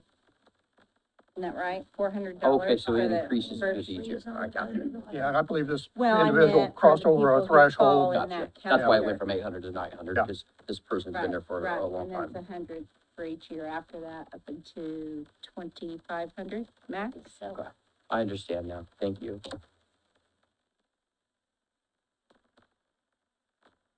What's contractual services in this, Who asked the question? Matt did. Oh, contractual, that is the contract we use to do all the assessments, do all the field work. That Who gets goes paid for around, the- it does the maintenance and does the measurements of the buildings and all that sort of thing. do we contract out to Yes. a Mhm. firm for that? Do we do that annually? No, it's every 4-year cycle. Yeah, reassessment's on a 4-year cycle. So, I'm gonna say about 85% of the counties use contractors for, doing assessments. When's the end of our 4-year cycle? We When just does started a new one, so we got about another 3 years, 3.5 years. Is that why the postage is up so much for this one? No, it's because of the shift from the commissioner's office to the, individual offices. So like Mr. Carroll over there, he's got that built into his budget now. What we were having to do when we sent out, tax bills and notice of assessments and everything else, we were going to the commissioners to do postage, and it's just an extra, thing to do, you know. They sign off on it, gotta get a stamp and all that sort of thing, and then send them all out, where we can just do it in our own office and budget it. Okay, so I remember we were talking about that when the commissioner were Mhm. requesting additional, postage. Mhm. So just for the record, your department, I think you said the treasurer's department, there are departments who are shouldering the load on postage, right? Well, the Going commissioners forward. were, but we're doing it now. Going into 24. Yeah, Going into 24. into 24. I'm just saying, when we get the commissioners and I look and see if there's an increase in postage budget, I just want to put for the record that some of the departments are already shouldering. And I don't know if there is, I'm just saying it in case we get to that point. Well, the commissioners were shouldering it, now they've shifted that to us, so it's in our own budget, so. I like I that. believe it's about as it is long as far as the way it's budgeted now. I think it's a lot more efficient anyway to have. It is. for each I don't have to individual run the department do bill it. up to the, commissioners and have them sign off on it and have them track somebody down for a verbal approval. Back to your contractual that was mentioned, you're paying whatever it is, 400,000. That's every year, and they do a percentage of the county a year, or they, Yes, correct. and I assume that you don't want to pay that for 400,000 a year and hire the people and deal with them. Yeah, I'd have to hire probably 5 additional people and, be on insurance and everything else, I think and, you could do it with 5 people? Yeah. You think good? Wow, I'm impressed. but doing the math and everything, Mr. Carmichael, it's gonna be it's gonna be more than that. I understand, but I'm just surprised you can only do it with 5 people. you had budgeted $0 this year for your, PDF, property PDF posting, line item 321, went from 2,000 to 0. Can you kind of just tell me what that is? I don't recognize the property PDF posting. Oh, I know what it is. That is that's a new line item. And that was a, line item we had to put in to pay for putting our, property record cards online. And that was budgeted for 1 year. So if we're going back to 2023 budget, then I could, for my book, put that at 0 instead of 2,000, because you only needed it last year, you don't need it this year coming up. Yeah, 24 is the lower number.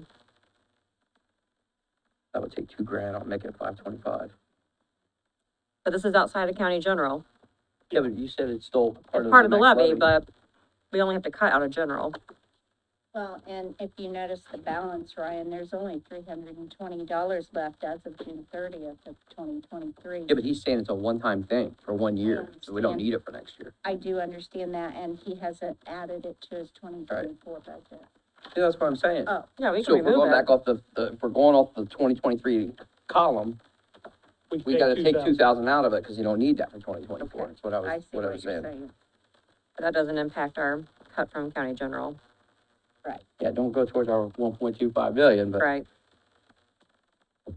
Okay, we told each office and department to put 10% in increase for health insurance. When do we get not a final number, but a more accurate guess as to what health insurance is gonna be? Do we know? Pam, can you help, help out there real quick? I think we're gonna be safe with 10%, because we are in talks and we'll know probably more in a month. But it's probably gonna be right at 10%. Okay, thank you.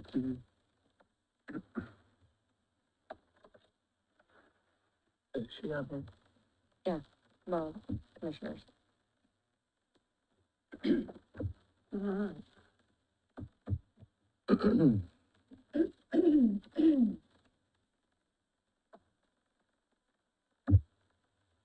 Other than what Brian has just brought up and somebody else, believe those are probably the only changes they made to that budget.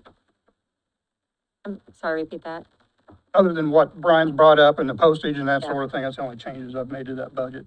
Okay. All right, do any further questions for the assessor? Cool, thank you. You're welcome. Moving on to page 11, we've got the recorder.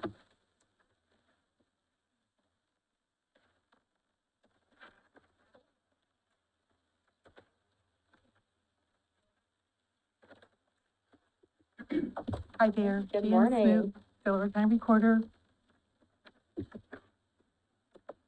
Really, the only thing in here I noticed right away was, and they do this department does this every budget. They have a perpetuation fund that they have an employee, they'll have it listed in that perpetuation fund as well as in their county general fund. And that's essentially your only real increase here, correct?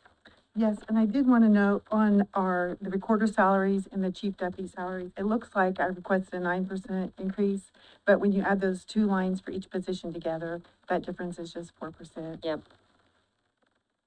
And this goes back to what Tanya was speaking to earlier. That's when we had some departments change after the election. That's why you see that smaller number in A101. Same thing with chief deputy, line E102. So I think that's easy. We're putting your employee back in perpetuation. We're keeping him there. That one's pretty simple. And then in the county general budget, I'm sorry, so in that case, are we marking that deduction in essence now, or? we're on page 11. yeah, well, because we still have to go to her perpetuation fund. If you want to mark that, it's currently paid out of perpetuation. Which one? 103. 103. Chief's up at the So essentially, if we're going back to 23, it's a zero. Yeah. So in this particular fund, your county general fund, there were 2 employees paid out of this? Yes, ma'am. Okay. And for the record, do you know what the number is for your perpetuation fund? The current balance Yes, ma'am. Or general idea if you, for perpetuation? Well, that's our next one. So page 64, we'll just head on over there. sorry, I got ahead of the game on that one. Yeah, you got a little excited. That's okay. What page? 64. 63. Oh, 63, sorry. Yep. You say 63. Three. No, not even. No, it's, Sixty-four. it's wrong in the printing. Keep going back. Hold on, go to the front of the book. 77 is. 77. Oh, we skipped, they do have page 64. It is the recorder Oh, as okay. well. Oh, okay. 64 is? We'll go back to that one. Let's do 77 since we've got the question on perpetuation.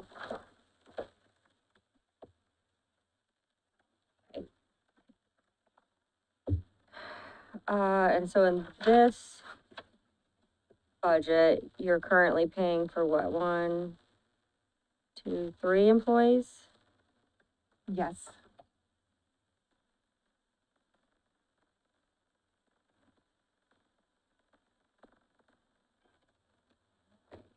This is out of the, Downton County General, we don't have to worry Correct. as much about the cuts. Yeah, this one. Okay.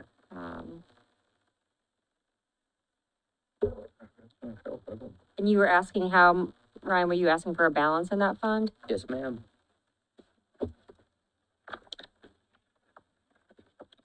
And what's your contract? 310 FIDL. Fiddler. Fiddler. That's our software vendor company. Okay, Yes. I know the balance as of, June 30th was, $1,136,908. I had a balance as of yesterday, and then. Oh, no, I don't have that. That's the balance as of June 30th. I'm sorry. Okay, that's fine. What was it again? $1,136,908.71.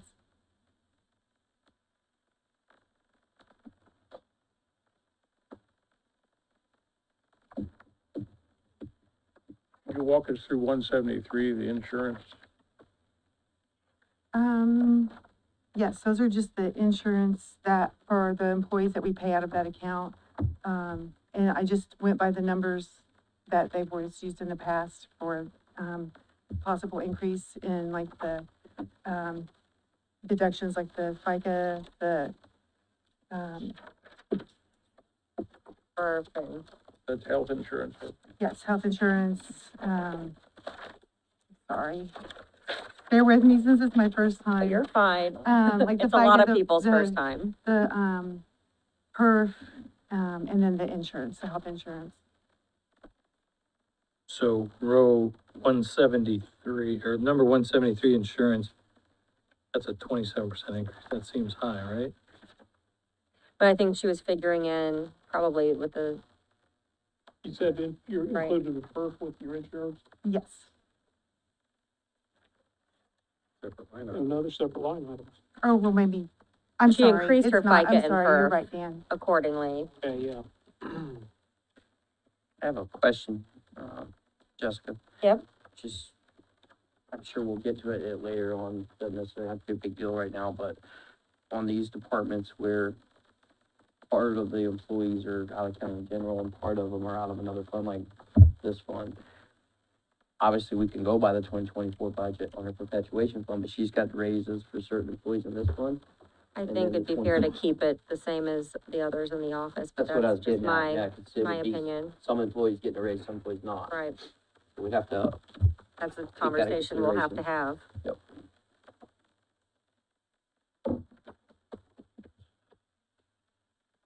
Let's back up to Matt's question again on 173, please. Yeah. Still shows a 27% increase, and I think Pam indicated it might be closer to 10.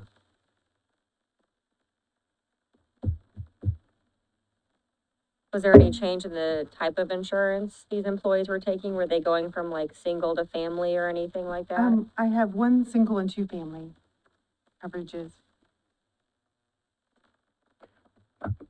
How did you come up with that 27%? I just kind of based it on how it was done in years past and just, I mean, I have my figures, I can give them to you. Did an average of the increase of the previous years? And what was projected for this year. Okay. I mean, I can get that information too, if you wanna see it on paper, how I came up with that. That's okay. I was just curious how we deviated from the 10%. I thought maybe you had a special reason why you did 27% on that I one. would just double check that probably. Just to, or come, make sure that that's accurate. But it is the perpetuation fund, so it doesn't really affect county general. Right, right. So it's I'm glad you not made what that we're point. looking to cut, so. So if it's too much, it just goes back in the fund. Right, It's not a big correct. deal. Mhm. It's playing it safe, I guess. Yeah. All right, I've got a question for the more experienced people sitting up here. Are there any line items that we can take out of the general fund from the recorder and put in perpetuation for this budget year? Technically, yes. Yeah, you're saying what I've been saying the last couple of years. Well, I mean, I see a large balance and some things that could be moved for the year. Well, I would assume, I'm making an assumption here, because all we have in their recorder's office are the recorder and the chief deputy. Right, I'm just asking, So- any of those items, Are there any stipulations on what can and can't be paid out of perpetuation? I mean, it can fund salaries Okay. and it's, it's obviously to perpetuate, to protect our records Mhm. and for the record keeping. I will say that our revenues are down, and so the projected revenue for next year. And I know it looks like we have a healthy balance, but our next scanning project that we're looking at, is just one phase of it will be $220,000. So, I know that sounds like a healthy balance, but if you start doing some projects like that, because we're scanned back to 1965 and back indexed to 1977. So if you go clear back, as you do that, that won't take long for that to come down, and we want to make sure we have a balance to protect, like, if something would happen, and we would have to, rebuild, Right. if there was a system that crashed or something like that. And Sure. since our revenues are going to be down, what we projected, at 300,000, our current expenses that I budgeted are at $292,558. So that's only a difference of about $7,442 that we'll be putting into that fund for 2024. So we're not really gonna be increasing it. And if we are to start to use it, it's not gonna Right. take long to. I know you sent us an email, can you explain how all of those fees get divvied out? Like that create this perpetuation, you sent us an email, I think, and it Yes, said, like, I did, and, I'm so sorry. oh, you're fine, I'm putting you on the spot here, but it was a good explanation of kind of how those monies, because if your revenues are down, it's just interesting to know, like, what those revenues break down to. Yes, there is a fee structure, I think it might be. Oh, you're fine.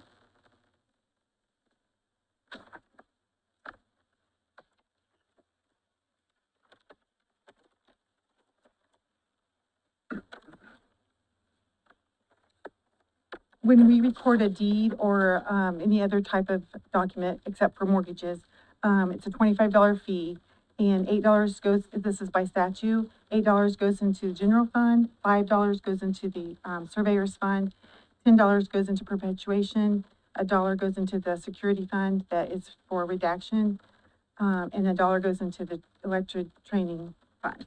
Mortgages are $55, and $34 goes into the general fund, $5 into the surveyor's fund, $11.50 into the perpetuation fund, $2.50 into the state mortgage fund, $1 into the security fund, and $1 into the training fund.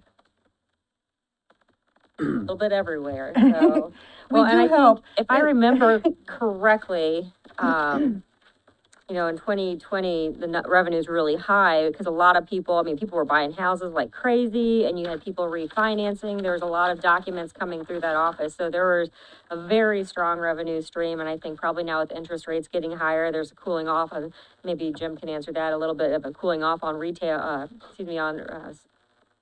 homes and whatnot, so, you're still staying busy, I'm sure, but I don't think with the rates, when they were so low still, we just saw a lot more. Right, and I did start to send you like a spreadsheet or like a graph showing like how it has, went up and how it is declining. And I would be glad to still send that or share the spreadsheet just showing how, like, at the last 10-year, numbers and how it is showing it is.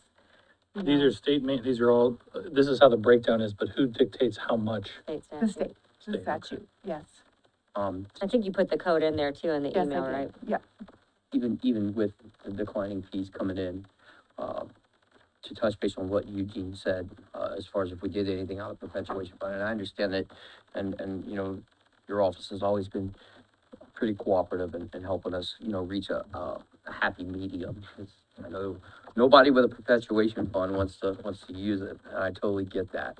But just looking at the numbers, I think your chief deputy, with the 9% increases, around 40 grand, guesstimate, rough numbers. even with that, putting that one in, that still has a balance in that fund of 1.1 million. Yeah, as of the June numbers, As but of yeah. the June number. And that's certainly a conversation we can have when we get to that, when we have to start making those tough choices.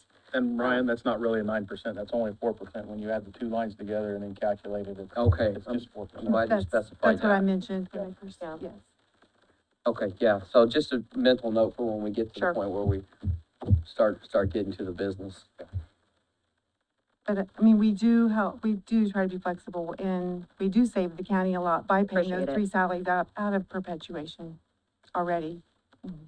And we don't ask for a whole lot. No, it does not go unnoticed, I promise. Okay, let's go back to 64. Hey, this one's easy. It's the same. I like that. That's easier than forgers. All right. Fast forward to 83. This is that schooling account Jan mentioned that some of those fees go to help fund. And that stays the same. Well, Easy real fast, peasy. I hate to slow down the moving train here, but I remember seeing a schooling line item in the very first one we looked at for $600. And the very first thing we looked at for the recorder on page 11, sorry to go back, guys, but That's fine. there was $600 in schooling there.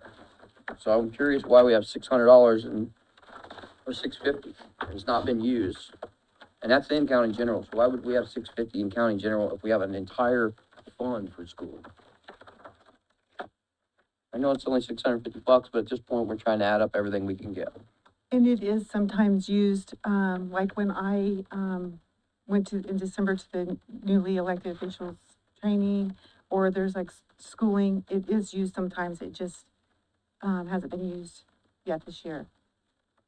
Okay, so to go back to what Eugene said earlier, it is, I mean, I know you're, kind of your first year in, right? Yes, sir. So you went through your training. Do you think that's, I hate to split hairs over $650. Do you think that's something you can live without next year? When we get to the point where we're cutting? I mean, if $650 is going to help, you know, I know it sounds silly when we're talking about millions, I mean- $650, but promise it adds up. I was just curious, we're not at that point yet. I was just, wanted to make sure with your whole other fund for schooling, if that was something that absolutely had to be cut, if you could live with it. So, by the way, I think you've done a great job for your Thank you, first Ryan. presentation. thank you. And if you haven't had a chance to look at the email Jan sent us last night, there's quite a bit of detail in there. Actually, a lot of the department heads have sent us a lot of emails lately, so make sure you take a peek at those in all of our downtime today. That's a joke. There's not much. Eugene, did you have a question? You were looking down this way. Okay. Just wanted to tell Jan, thank you. Thank you, Thank thank you. you, Thank all you. of you as Yes, well. You've a thank big you. undertaking. All right, we're on to page 39 for the Plan Commission.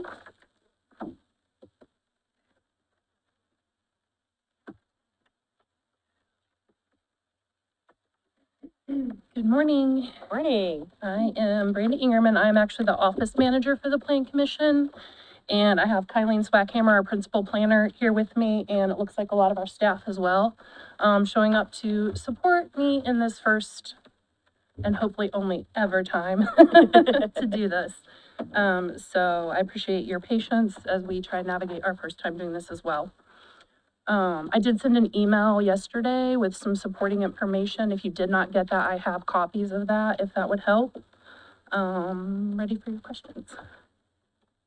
Do we have an interlocal agreement with the city at this time for the executive director position? I know we've been in conversations, but. We don't. Okay. There was, the mayor made an offer for using edit funds, earlier in the year. And, our attorney did put together an agreement and sent it to the city, and we didn't hear anything on that. It's never come back. I've spoke with some, city officials, city council officials, and we've not had any movement on, any kind of an agreement or a figure that they would be willing to pay for the increase in, Ms. Moody's position. So that's kind of where we're at, I guess.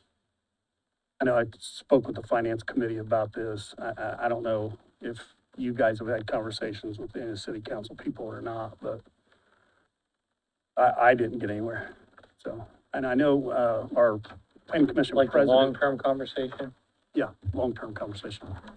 I know our, planning commission president had conversations as well. Didn't he attend the city council meeting? I I believe? believe so, Yeah. yes. Mhm. And there's not been any movement there, so. It's a little frustrating. It is frustrating, and honestly, Randy and I talked about it. I asked them not to post that position because we didn't know, what the salary would be for that position. So. Yeah, so it has not been posted It's, yet. no, it's not been posted, but we've been waiting on either hopefully a city agreement or, a budget meeting. Right. So, This has been going on for quite some time. yeah, You know, I recently, out of curiosity, pulled up like the max levy numbers for 2023, just out of curiosity between all of the taxing units in Delaware County. And the city has like 14 million more dollars than the county. You know, it's not just because people think that the county has this larger land mass, that we have more funds, but the city has a larger population. So we're talking $14 million more in 23. It's a little frustrating that we're not getting any traction on a position that's so important and can benefit them. I think as far as the planning commission goes, and I may be speaking out of line here, but it seems like, I've sat on the planning commission ever since I became commissioner, and it seems like the business and the planning commission, as far as the meetings, is 50-50. I mean, it really is. It's not one side city or one side county. It's really Sure. about 50-50. And I'm just talking more on like the funding side Oh, no, of things, yeah, I you know- know, I it's know like, exactly you what know, you're saying. we're looking at a really tough budget this year where we're having to cut from last year's or, this current year's numbers, and we can't get any help fiscally. It's a little disheartening. What has been the impact of not having that position this year? Well, I'll just speak up. The office has done a great job. They got a good staff, but it's not been good. It's not been good at all. Like what kind of things don't get done? Or don't get, Well, or for example- prolonged, or, whatever kind of sure, thing? for example, the solar I was just gonna study. say. That ordinance. we've been trying to get through the items that Marta and that committee worked on very hard. Even the last month while Marta was not feeling well, that was an important task for her to get done. Kylene, our principal planner, came into our office in June of 22. So she only had a few months with Marta to learn that side of the office. If you don't know, our office is essentially 3 departments in one. So,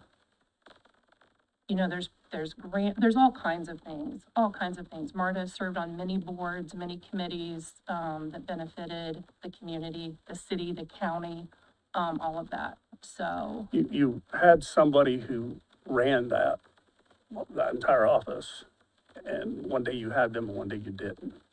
And you haven't since. we haven't for 229 days. But who's counting? But who's Counting, counting? right? I Right, have a quick question. sure.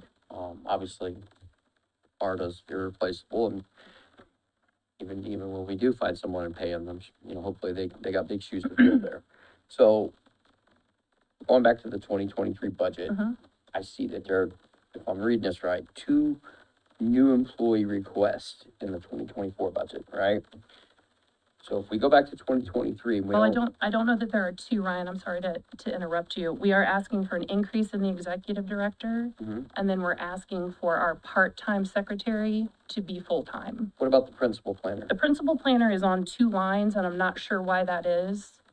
I see it, okay. It's the 102 I see and it. 102A. That's what threw me off. Right. All right, so It ignore threw that me one off then. too. Yeah, sorry. All right, so that one's gone. So that's what I was getting to with the part-time. Mhm. So you're reducing your part-time from $21,315 to zero, and you're doing that because you want to make your secretary a full-time employee. Correct, yes. Okay. Yes, So if we stuck with our plan of going 2023, you would need to keep that part-time money in there. yes, if that's not, seen as a position that could be made full-time, we would definitely need to keep that as Okay. part-time. We need that position. And when you look at, the difference in hours between full-time and part-time, it's 3.5 hours a week, a difference. We can definitely use our secretary to help out in the office with those 3 departments, 3.5 more hours a week. I totally get that. Yeah. Now, put on our hat, Sure, for 3.5 more hours a week, we're gonna add insurance, absolutely. all of the things that come along with that, benefits for 3.5 more hours a week. Sure. And I'd like to go back to the information that I sent out. So our office does bring in permits, registration fees, those Board of Zoning Appeals, variances, all of that money comes in as revenue. We also do state reimbursements for, things like our salaries for those MPO, staff members. For example, Kylene and Cheryl for sure, a lot of Mary Ann's, that's all reimbursed back. So far this year, we've put $202,000 back into general just from those salaries. So I mean, essentially, we're covering those salaries, I guess. If you look at the bottom numbers, we've already, as of August 31st, covered our 2023 salary by 100%. We still have 4 more months to go. So That's a compelling argument. I see what you're saying, but yes, thank you. No, I appreciate you making the argument. I'm glad that you, informed us about those things. So thank you. We took a lot of time. I'm starting in April because I knew this was coming up. I started looking at Marta's past information and how she handled this. I know that it's daunting being up here in front of you guys. You have a difficult job to do, but we did our research. We went back 10 years. I also included the last 5 years where the requested amount of our budget, we exceeded that every single year. So with permits, construction is increasing. When we do get a director, about 50% of that salary should be reimbursed through the state. So we would be putting that back. So we're kind of just asking for it ahead of time.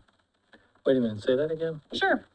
If we hire our director at $70,000, a lot of what she does will fall under our work program, and Kylene can help me here, explain that better, but we get, 80% reimbursed on items that fall under that work program. So it's not a 50-50, it's an 80-20? It's an 80-20. Okay. Yes. So depending on what that director is doing, we keep timesheets, we turn those in.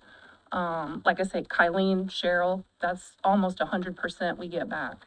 I think if you guys remember in finance, I can't remember, I know Jessica was there, maybe you, Matt. I think Donna mentioned that a lot of that salary would be, could be reimbursed.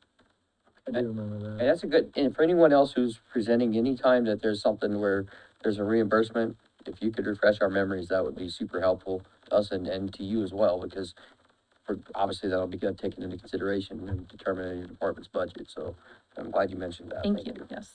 All right, and then including yourself and the open director position, how many employees? Including myself and the open-ended position would be 9. 9? Yes.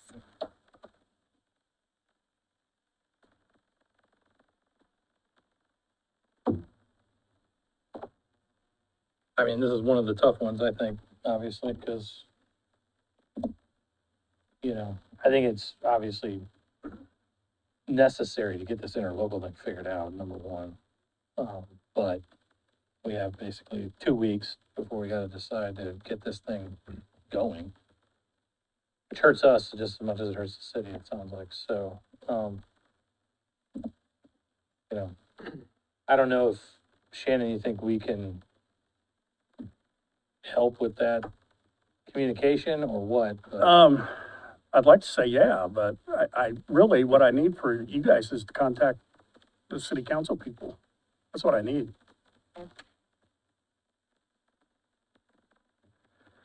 And get the ball rolling on this? Is that what you're asking? Absolutely, yeah.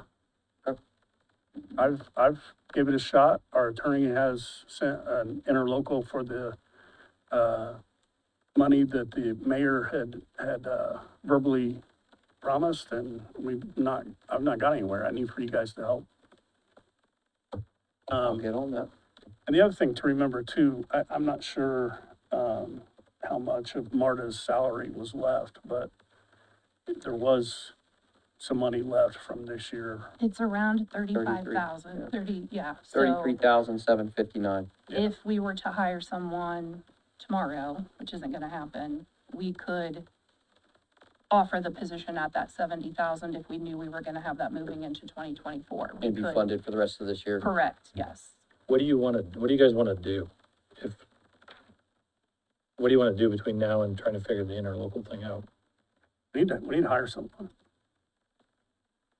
But that's difficult, I'm sorry, yeah. again, it's a problem when, you know, we've all talked about, we're looking for a good candidate because Marta wore many hats and was very knowledgeable. We needed a good candidate to fill that position. It's a very important position for this county as a whole. We got to be able to offer a decent salary. If we don't, what kind of candidate will we get, I guess? Oh, yeah. I mean, we had this, I remember that conversation. Right. And I remember us discussing, I think a lot of people kind of was in agreement off the record about that number. It's just a matter of making it and then figuring out how to make it all fit. Well, and Bill had a below. lot of great points to that too, on, you know, what this position really does and But what other comparable salaries remember are what she's saying. Also, she thinks she can get 80% of that reimbursed. I don't have a problem. that increase back. So, I think at the time, we even said maybe it needed to be a little more than 70, if I remember it was correctly. 74 is Yeah. what he's talking about. The number was, we look all kind of thrown around. Sure. I'm perfectly supportive of that number. So I'm sorry, real quick, back to the secretary part-time thing. So it's kind of one or the other, is that what you said? Sorry. Right, we can't lose that position completely, so if that's not, So right now, the part-time last year was 21,315. Okay. and like I say, with the increase in building permits, that's, a lot of what our secretary takes care of, not only answering the phones and, you know, taking care of all of us in that regard, but, she definitely takes care of the building commissioner side of things, more so than anyone. Those permits have increased. I've included that in this packet as well. Those started increasing in 2020 and have not stopped.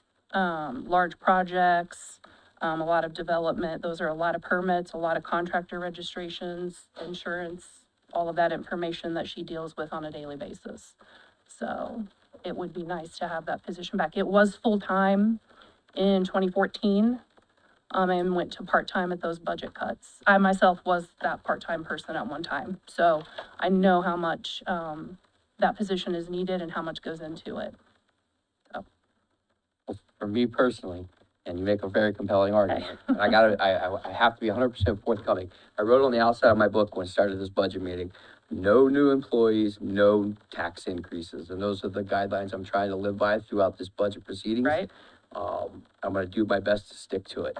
Doesn't mean we still don't end up there, but for me, I'm doing everything we can to not grow our local government. And I just, guess in your argument, it wouldn't be growing because she's already a part-time employee, but I guess that's splitting hairs, I guess. right. All right, do we have any additional questions? All right, I think we're good for now. Thank you so Appreciate much, it. Thank everyone. you. Yes, Well thank done. you. All right, we're on to page 19, Coroner, you're up. I got my red pen for this one. I don't think you're gonna need it.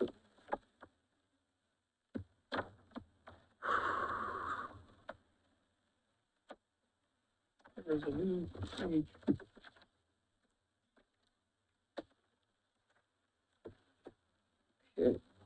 All right, tell me something good. Are you ready, Ryan? I already know. Okay. Gavin Green, Delaware County Coroner. The proposed budget that you have in front of you, was submitted with our June numbers that we have. Since then, we have updated numbers and we have a better grasp of our trends, that what's going to actually be projected.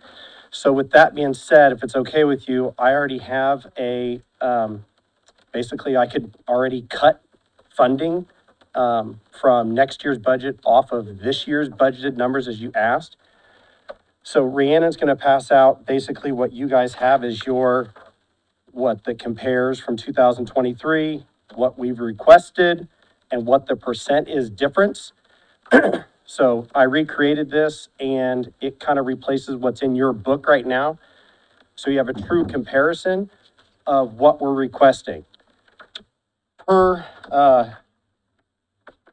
Eugene's request, and then also the president's, we've actually come under budget with the 2023 numbers by about $11,000. How I did that was we reduced, because we're trending right now to have less deaths. It's kind of like the anticipation when it comes to tax revenue. We just do an anticipation, we look at the trends. So we've reduced our autopsy request funding from the 300,000 to 235, because that comes in roughly in line what we're going to trend on this year. And as well as reduced our request, because some of those line items that I submitted in front of you had really large increases. But we found out in the last several weeks, with help from the auditor's office, with Tanya and Becky, that we are going to move some money from autopsy that we aren't going to use this year. So everything from our wish list, from our increases for next year, we're going to actually purchase with this year's funding that we already have allocated. Therefore, we don't need to ask for any more. And we've recently attended the Ball Brothers Foundation breakfast to see what other funding grant opportunities are on out there. So we did have some opportunities for additional training down in Florida and Nevada, that we're going to try to ask for grants for next year to go to that, to those trainings, because we know that the budget's so tight and we wanted to make sure that we could probably help out as much as we could. So we were able to do that. We were able to get everything that we needed to take care of our staff and our department, as well as help your department. So I came in roughly, like I said, proposed with the new numbers that are in front of you, roughly about $11,000 less with the 2023 numbers as asked by Eugene. Oh, thank you. You're the winner. Congratulations. Thank you. So, I guess Tanya or whoever, so we take the 2024 request kind of as the initial update, right? Okay, out of this thing they just noticed. Are you changing yours? Sorry? Are you changing yours? I will later. I know that I have 15 minutes now, we're running behind, but I've got So- another event tomorrow. So I wanted to just kind of present all the line items and I appreciate this immensely. This is extremely helpful, in anything, we could all do to get to work. I mean, we're all working in this together, Right. right? So this is very much appreciated. And I have no further questions for you. Does anyone else? I have a quick observation. So with the updated information that you've given us, obviously your new 2024 budget requests, we're going back to the 2023 budget. That takes off an additional $2,100 from the 2023 budget total that we have. So it would go from 419,700 to 417,600. Correct. I just want to make that notation for anyone. Say that again? So the total at the bottom for 2023, Yeah. 419. deduct 2,100, so for the total would be 417,600. And where that money comes from, the 198 part-time, which is second from the top, goes to 18,000 instead of 20. And the office supplies right below that goes from 1,000 to 900. So if we're going back to what we said at the beginning of 2023, he just gave us updated numbers for his budget that was less than 2023's. Correct. So we need to update that. I thought that's what I just said. Yeah, we're going. You may have, I was right. All right. Just one other question, Gavin, how confident would you be that you won't need to come back in 2024 and ask for additional appropriations for some of these, supply items? I'm pretty confident on the supply items. When it comes to autopsies, I'm a data junkie. So we're looking at the trends right now and the ratio of what we reduced from this year, I've copied over into next year.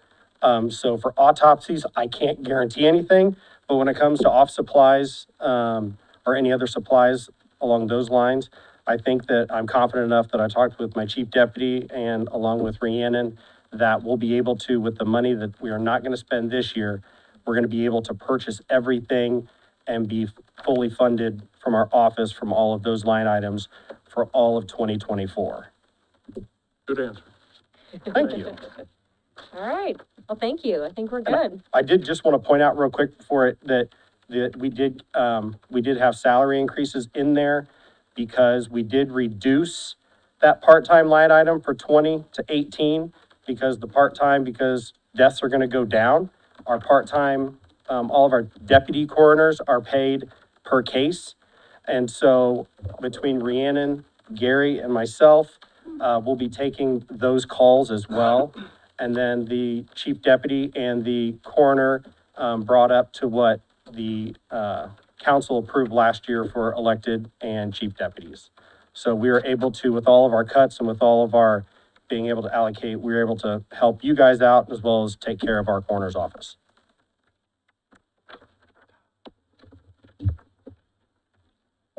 All right. Cool. Well, thank you. Thank you. Thank you. All right, thank you. All right, convention and tourism, page 56. Kevin, you're up. Thank you. Welcome. Thank you. I appreciate it. Good morning, everyone. Good morning. Could you introduce yourselves too, please? Yes, Kevin Kirby. I'm the CEO of the Visitors Bureau. Dylan Carpenter. I'm the treasurer of the Delaware County Convention and Tourism Bureau. Brandon Murphy, attorney for the Delaware County Convention and Tourism Bureau. Should anyone have any questions? But anyway, if I could proceed, please. Yeah. And just in response to the request for the $898 request for funding for 2024, I wanted to give you a little rationalization behind how I drew that number. I've been paralleling the pulse of the community and understand we're trying to be very conservative in terms of our approach. Our goal in tourism, since they're user dollars that come from out of market, is to try to leverage as many of those dollars and build as many of those dollars so that we create greater revenue. We're currently actually tracking about $50,000 to $60,000 ahead of where we were last year. So those dollars are being smartly and wisely considered in terms of how we will spend them. What we have done, however, is since we were presenting a budget due in June, we took January through May actual numbers, and then we took June through December 2022 numbers. And we used both of those sets as a balance to pull out the year for forecast for 2024. So basically, we came up with a budget of $965,508.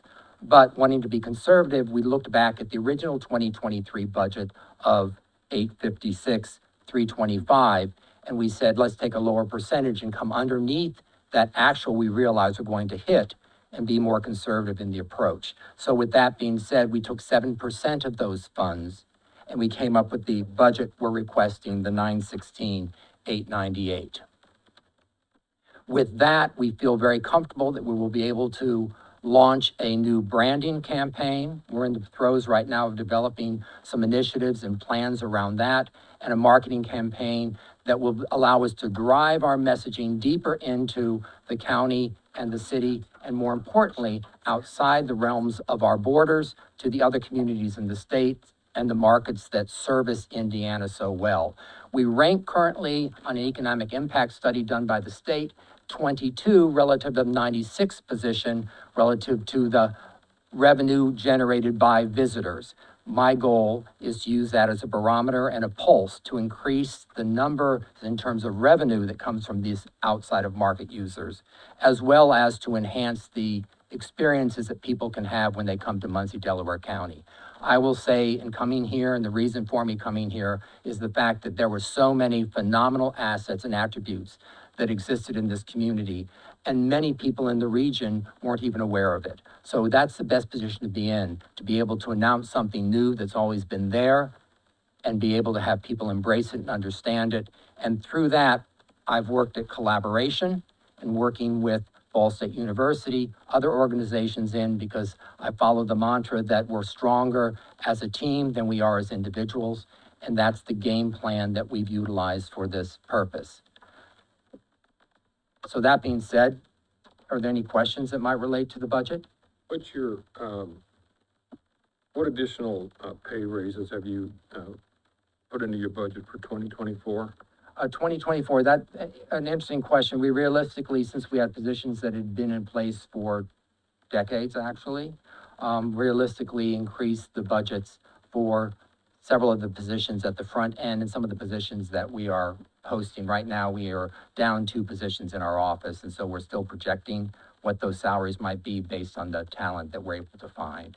With the people that you currently have hired, what's your percentage increase, please? And the percentage increase in people that we've hired probably is, well, one position probably is a 15% increase, and the other position is a 7.5% increase if in fact they are able to follow through on the commitments that we've made. I'd like to increase that at the end of the year. What we're finding and looking for people with tourism experience is that it costs money. We've had a number of applicants that walk away because the numbers are too low. The talent is there, the expectation is there, but in the field of marketing, communications, and advertising, the salaries are much higher than they are when you look at where we are. Right. I feel fortunate that we have the budget to be able to bring the talent on board because the talent then pays for themselves because they create the excellence that we then communicate outwardly.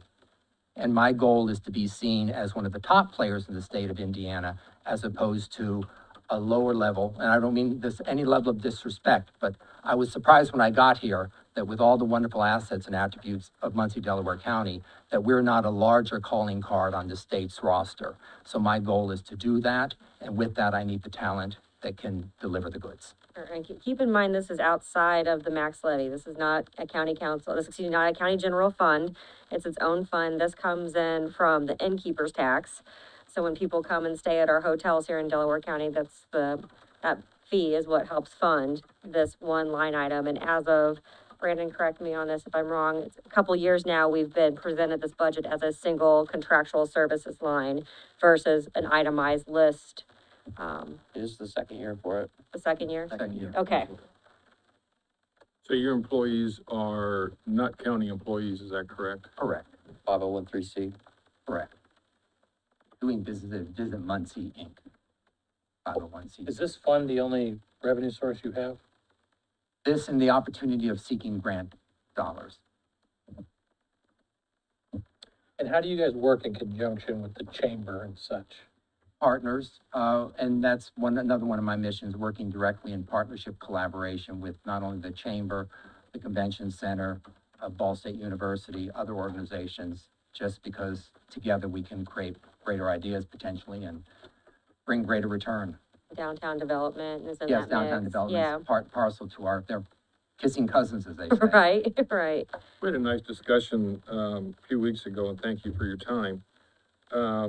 I do hope that with the new positions that you have open, that as we discussed earlier, that you would hire people that were truly salespeople that would generate additional income, so that when they generate additional income for you, obviously that puts more heads in the beds for our hotels, and we have got, 2 new hotels coming in? It will be online, yes. So my hopes would be that you would find, again, a couple of people that were true salespeople and not service people. Correct. Yes, that is on the mission. We're just beginning conversations, follow-up conversations with the Convention Center on how to best create a harmonious existence where we really maximize the talent someone has without the complication of having different gods, so to speak, to report to. Tell me how you work interactively, if that's the correct word, with the Convention Center. We stay in close proximity to them. There are monthly partners meetings that they host that we attend, and with those meetings, we gain an understanding of what type of if you will, promotional packages they're putting together to entice different entities to come to Muncie, Delaware County, and have a convention, meeting, whatever it might be. We'll support those events with funding as necessary, and that funding can relate to incentive programs that can close that deal and bring someone here. Okay, thank you. Those questions really weren't in reference, I guess, to the budget, but so you and I'll have further discussions about this at a future date. You know Thank where to find me, Yeah, right? appreciate it. Thank you. Real quick question, are you the sole manager of the funds, so to speak? No, the team operates, and Dylan's a representative of our board. I report to the board, and it's a 7-member board. And, we have monthly meetings the last Friday of every month in our offices. And that board consists of like 2 hoteliers, there are appointments from the commissioners, appointments from the city. Mayor. Thank you. Does the auditor's office receive the innkeeper's tax from the state? Yes, and then that's redistributed to the Muncie Visitors Bureau Just coffers. directly distributed? Yes. So you don't maintain any, the auditor's office doesn't maintain any balance of, It basically goes in and out. It's a kind of a, what do you call that, a pass-through? thank you. Well, looking at this at first glance, for last year and what Jessica said, the increase of $60,000, it would probably be normally a no-brainer because it's an innkeeper's tax, generated fund and doesn't come from the county general fund. But I want to bring something up that my personal issue isn't so much whether the money's there. The money's there, but I think personally that some of the things that you guys have attributed your funds to and promoted are in moral conflict with some of the citizens of this community. So for me, agreeing to an increase, I would like to know what processes you have in place for how do you guys plan on choosing what events to sponsor and how you plan on spending that money. Because I was contacted by a lot of people, and I don't think I'd be doing my job representing those people if I didn't bring it up to you. This is the first chance I've got an opportunity to address it with you. So for me, what can you, I guess, put people's minds at ease that the things that the Tourism Bureau is going to choose to promote and sponsor is a reflection and representative of our community and not offend a large swath of the population. I'll speak to that. Good morning. I'm Brandon Murphy, attorney for the Delaware County Commission and Tourism Commission.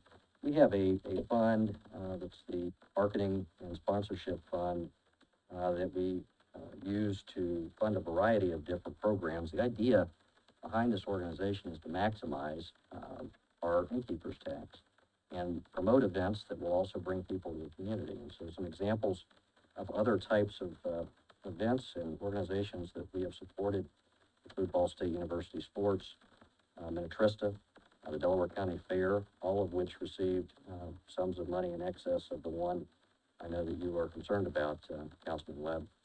I'll let Mr. Kirby speak to the actual process we use, but I know we evaluate each request we get for funding. You want to speak to that? Yes, as an application process. Some people call in, some people just go online and respond to the request to submit something for consideration. And those come in and then are evaluated based on what the request specifics are, and then decided to be supported or not supported. The board also, the board does have to support your decisions. Is that not correct? Monies that are allocated, is the board not still Well, the board supports the overall support of the funding, but then also there are guidance barometer in terms of how the dollars are spent. So at every board meeting, there'll be discussion on the financials, and we'll go through all the details of what's being supported and what's not being supported. For me, and again, I'm only one vote of 7, I guess what I'm looking for is some reassurances in the event Mr. Murphy is referencing. I just want some assurances that in 2024, some of the events we're going to be sponsoring doesn't go benefit organizations that do drag shows for children. That's all I'm asking for. I think that's a personal matter, I don't think Ryan. it is. I don't think I think that it's that relevant. They're asking pertains for to. $60,000, and I just want to know what they're going to do with the money. I disagree with your characterization of the event. As you know, we've had correspondence, Councilman Webb, about this event. We disagree. And, you know, the board is aware of your concern. The board will consider your concern. The guidance, parameters, that they've used in deciding where this, sponsorship money goes. But that's the best answer that we can give. I appreciate your answer, thank you. Do you have any additional questions? Yeah, I do. What's the balance in this? I mean, are we spending everything that's brought in? I mean, you said you cut it back, so it means there's gotta be a balance somewhere, so somebody tell me. So No? we have a Everything is healthy, pro- Taxes that come in for that month gets paid out the end of the month. All the Okay. revenue tax money, So this number here is 100% of what's being brought in. don't do anything with their budget.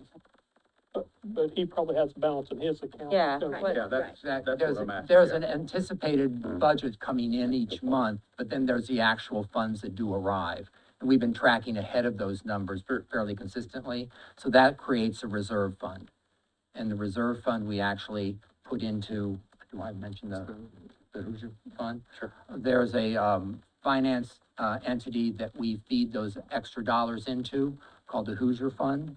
And the Hoosier Fund maintains those dollars for us and invests those dollars for additional funding. So we have a healthy reserve there, and the game plan is as necessary as we grow and evolve and change our focus, that we have a source for requested additional funds. Sure, and I appreciate that. It means you're saving some money. What I wanna know is I wanna make sure that you have the money, because I don't wanna approve a number that you don't have. Yes, And we so I do just have. wanna make sure, I wanna hear that number, so that way it's on record. AR, I was on that board for many, many years, and they can only spend, but just because they have a budget of 916. If it, like Bill said, if it's not there, you can't It might spend it. be 875,000 is what they can spend, because they now have projected hypothetically that that's all the money they're going to have, so now they have to cut back. Right, but what I've heard him say is they've got a surplus, and that they're saving money in case there's a big expenditure.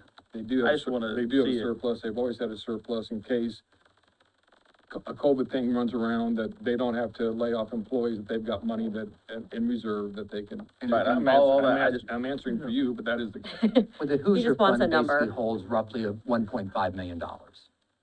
You have no debt? And we would have to come before, the commission to use that money too. We couldn't just dip into it anytime. We would have to ask for an I appropriation. appreciate, you've answered my question.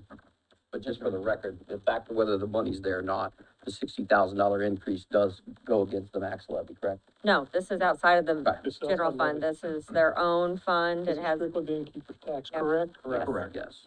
nothing to do with our max levy. Thank you for Yep, clarifying. you're welcome. Councilman Hughes had asked whether there's any debt. Correct, no, there is no debt. Thank you. Okay, any additional questions? Awesome. All right, well, thank you. Thank you. Thank you all, appreciate it. All right, we are on to the fair, page 91. Come on up, Donna. Hi, Hi. don't miss this. I'm sure you don't. You look like, you kind of look like Mr. Quakebush, the old fire horse coming to the fire. I've pretty much kept the budget the same. I did move, gas up to utilities because we didn't use as much, but I will tell you, I'm getting ready to come back before council this month and ask for additional appropriation in utilities because I'm down to $5,000, which is where the utility counts where we pay the electric bill. So I'm not gonna have enough money for the rest of the year, and right now, I have $46 in my water. So I've gotta go down, after this meeting, go down and transfer some money around so they can pay the bill. I did increase health insurance $200, just, I wasn't given any information about whether it's staying the same, going up, so back when I did this in June, I just rounded it off and raised it by 200. Pretty much everything else is the same as this year. What's the sewage discount? I seen it was cut by a third from 15,000 to 10,000 in your request. I moved it up to utilities because, sewage, we were doing better this year. Last year, we had a real problem with sewage, but we've got the problems fixed out there. So I'm hoping. Okay.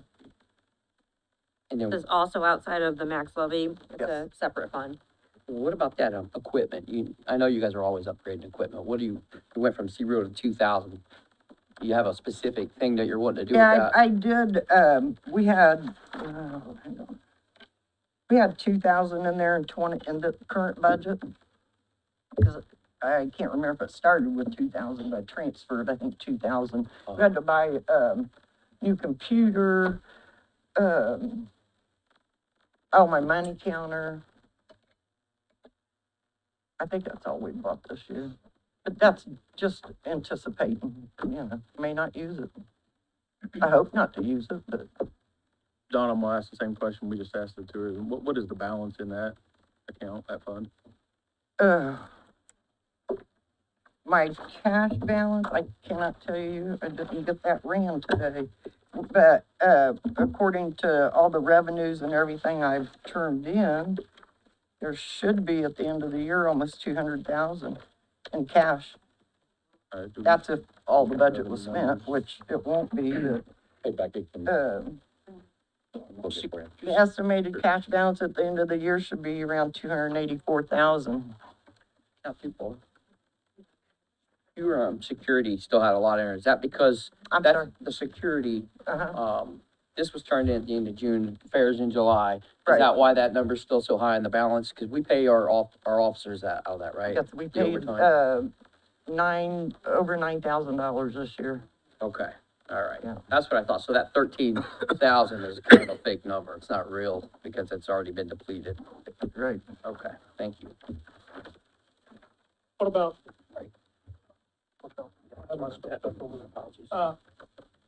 Excess, mechanical equipment to keep the grounds up, which was looking really good this year.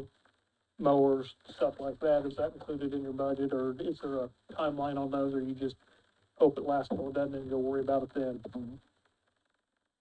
Yeah, I know you got a if we deal had on- to go buy a major lawnmower, I would probably become back asking for additional I know you appropriation. got a great deal on the Bobcat leasing, that's Yeah. pretty awesome, pretty The cheap. commissioners help us out with edit funding, which we haven't spent so far this year, and then we still have, our ARP money.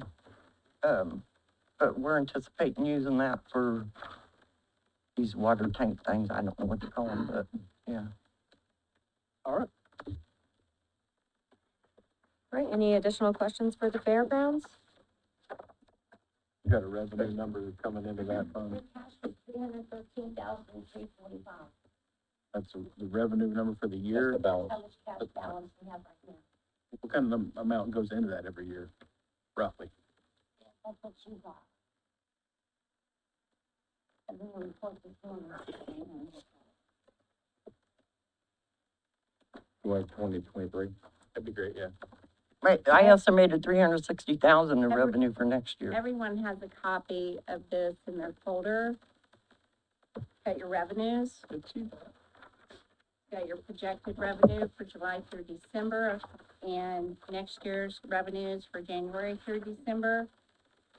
You'll see I highlighted where general ends, and then you would just go down, and it shows you in bold what funds you're looking at. So county fair is on the second page. Up near the top. We've got projected for July through December of 260,000, and for next year, 360,000. All right, that This answers is my a question. great Thank you, piece of Tony. information, the revenue, That just, for everything. it prints off Gateway. After you enter all the revenues into Gateway, then I just print it out. That's very helpful. There's a lot of great information on Gateway and on the DLGF. Just figure out how to get there. Right? And, true. All right, I think we're good. Thank you, Donna. Thank you. All right, Office of Information, page 29. Good morning, Howdy. Kyle. My budget is pretty much the same as last year, sans the 4% salary increase. Cool. Simple. Thank I you. pretty much cut everything I could back in 2020. I cut my person, don't Yeah. forget, I know Yeah. some of your newer council members, I cut a person out of my office in took some of his duties and, farmed out the rest of the duties to a third-party contractor, so. And if you guys haven't ever toured his office is like really, you can't really absorb a lot of hits to it. I mean, he's operating bare bones, pretty much just you, isn't it? It is just me, Yeah. Ryan. It is, Yeah, literally. Yeah, just him, It is with that one literally just guy. him. But, and then you share space, I'm Director in, Patino, I'm correct? in the EOC with EMA and 911. Awesome. You're a huge asset. I appreciate you. At some point, I am gonna come ask for a person, because you I- got me for maybe 10, 15 more For this year. years, and you're gonna have to replace me. You said that Yes, last we've year. got to. It's we've got- coming, just We've not got to this year. get someone trained for sure, and. You don't wanna you've- be in the same position that you were with Marta and no one there. Correct. Correct. No, and Kyle, like I said, he's a huge asset. There's so many things that Kyle brings to the county, and I know I'm very appreciative. If I have a request for like Delaware County Community Corrections, we wanted to do like a manager assessment, director assessment, and we went to Kyle and he built it out online for us, or like if we needed, Yeah, didn't you guys also create that thing? The where if you wanna highway, report your street, who you reported to? whose road is it anyway? Yep. Yeah, so Kyle helped with that to get that out there, so you can go out to that map, you can find it on the county page, and you can click on any road and you know which unit is actually responsible for that part of the road. So, cause I know there's a lot of confusion between what's county and city and state and everything else, and Kyle was a rock star on that, so thank you. Just a reminder, you wanted to know if anything gets reimbursed, so my largest line item outside of salary is our software maintenance. That is what we pay for all of our GIA maintenance that keep up to date, and, with support from the company that provides that. We get that 80% reimbursed through the same process, in the plan commission. Okay, That amount did go up this year. I didn't get that bill until after budgets are submitted, so next year I'm gonna have to request an increase in that. It went up several $1,000s, so. we like those reimbursables, so. All right, any further questions for Kyle? Great, thank you. Thank you. Thanks, Kyle. On to EMA, page 41.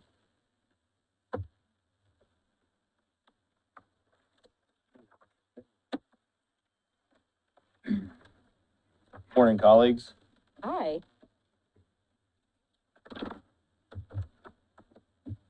Just a second, all right.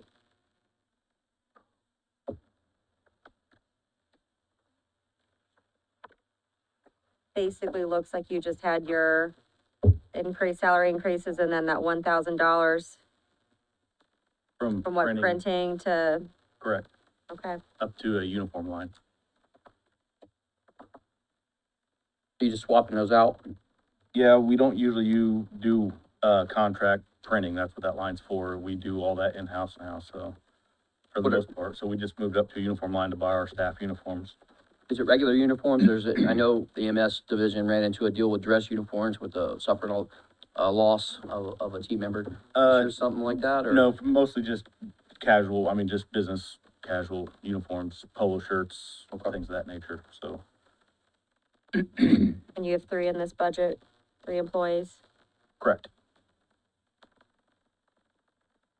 Line 311, your contractual services, is that something that's billed toward the end of the year? Yeah, for the most part, so we pay out for One Call Now, which is the mass notification system, and a couple other things that we use for within the building, that are usually typically at the end of the year, they get paid out.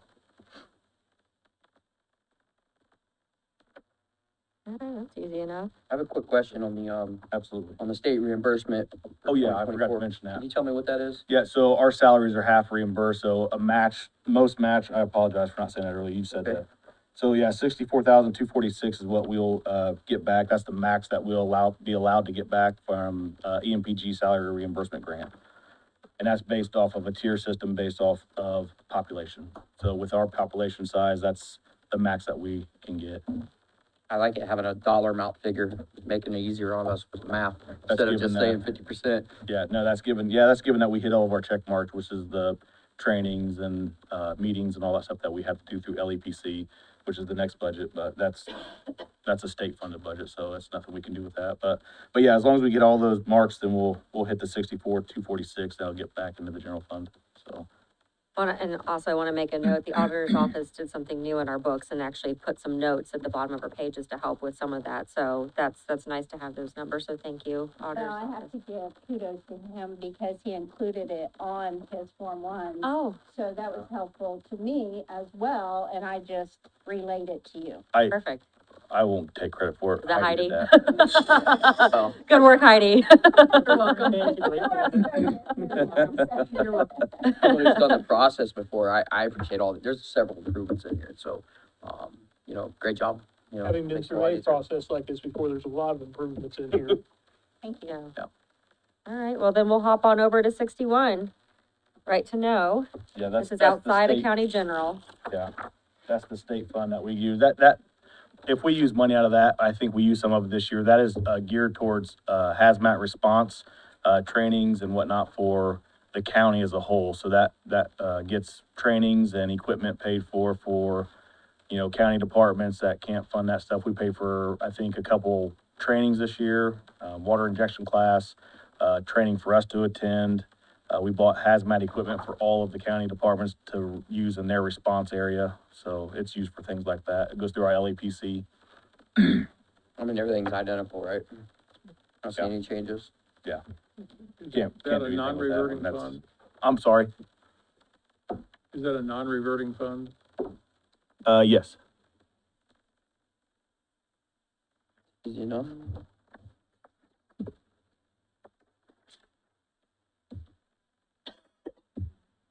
All right, do we have any further questions for EMA? This is pretty, man.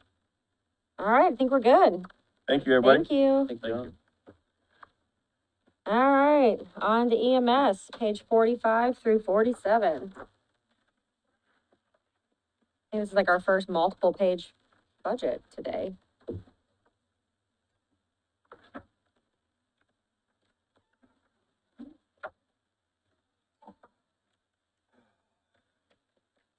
Morning. Good morning. Well, I'll skip the big polished presentation I had and we'll just start cutting that stuff right out of the window. Everything's out the Yay. window. Now y'all know why I didn't sleep last night. Bear with me here. So I'd sent you all the email and some information about what I was trying to do this year, and it's okay. So that was just something to try to build upon for the department's benefit and the public's benefit. Sure. But I also have Plan B and Plan C, so no worries there. So do you want me to cut some of this now, or? Yeah, What do it. Yeah, what you got? Yeah, we got our attention. Then I'll tell you my dilemma. All right, so line 126 under salaries. Yep. Let's just take that back to 2023. Perfect. Let's do the same for B117.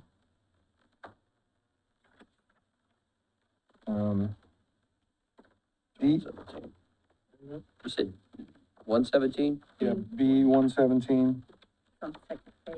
That was, Close to the bottom, second page. Oh, I got it there. yeah, I'm just looking at salaries right So now. pretty much all salaries 2023, right? No, just hang on. I'll get there.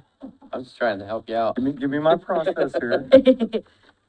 Okay, 126, B117, D177, take that back.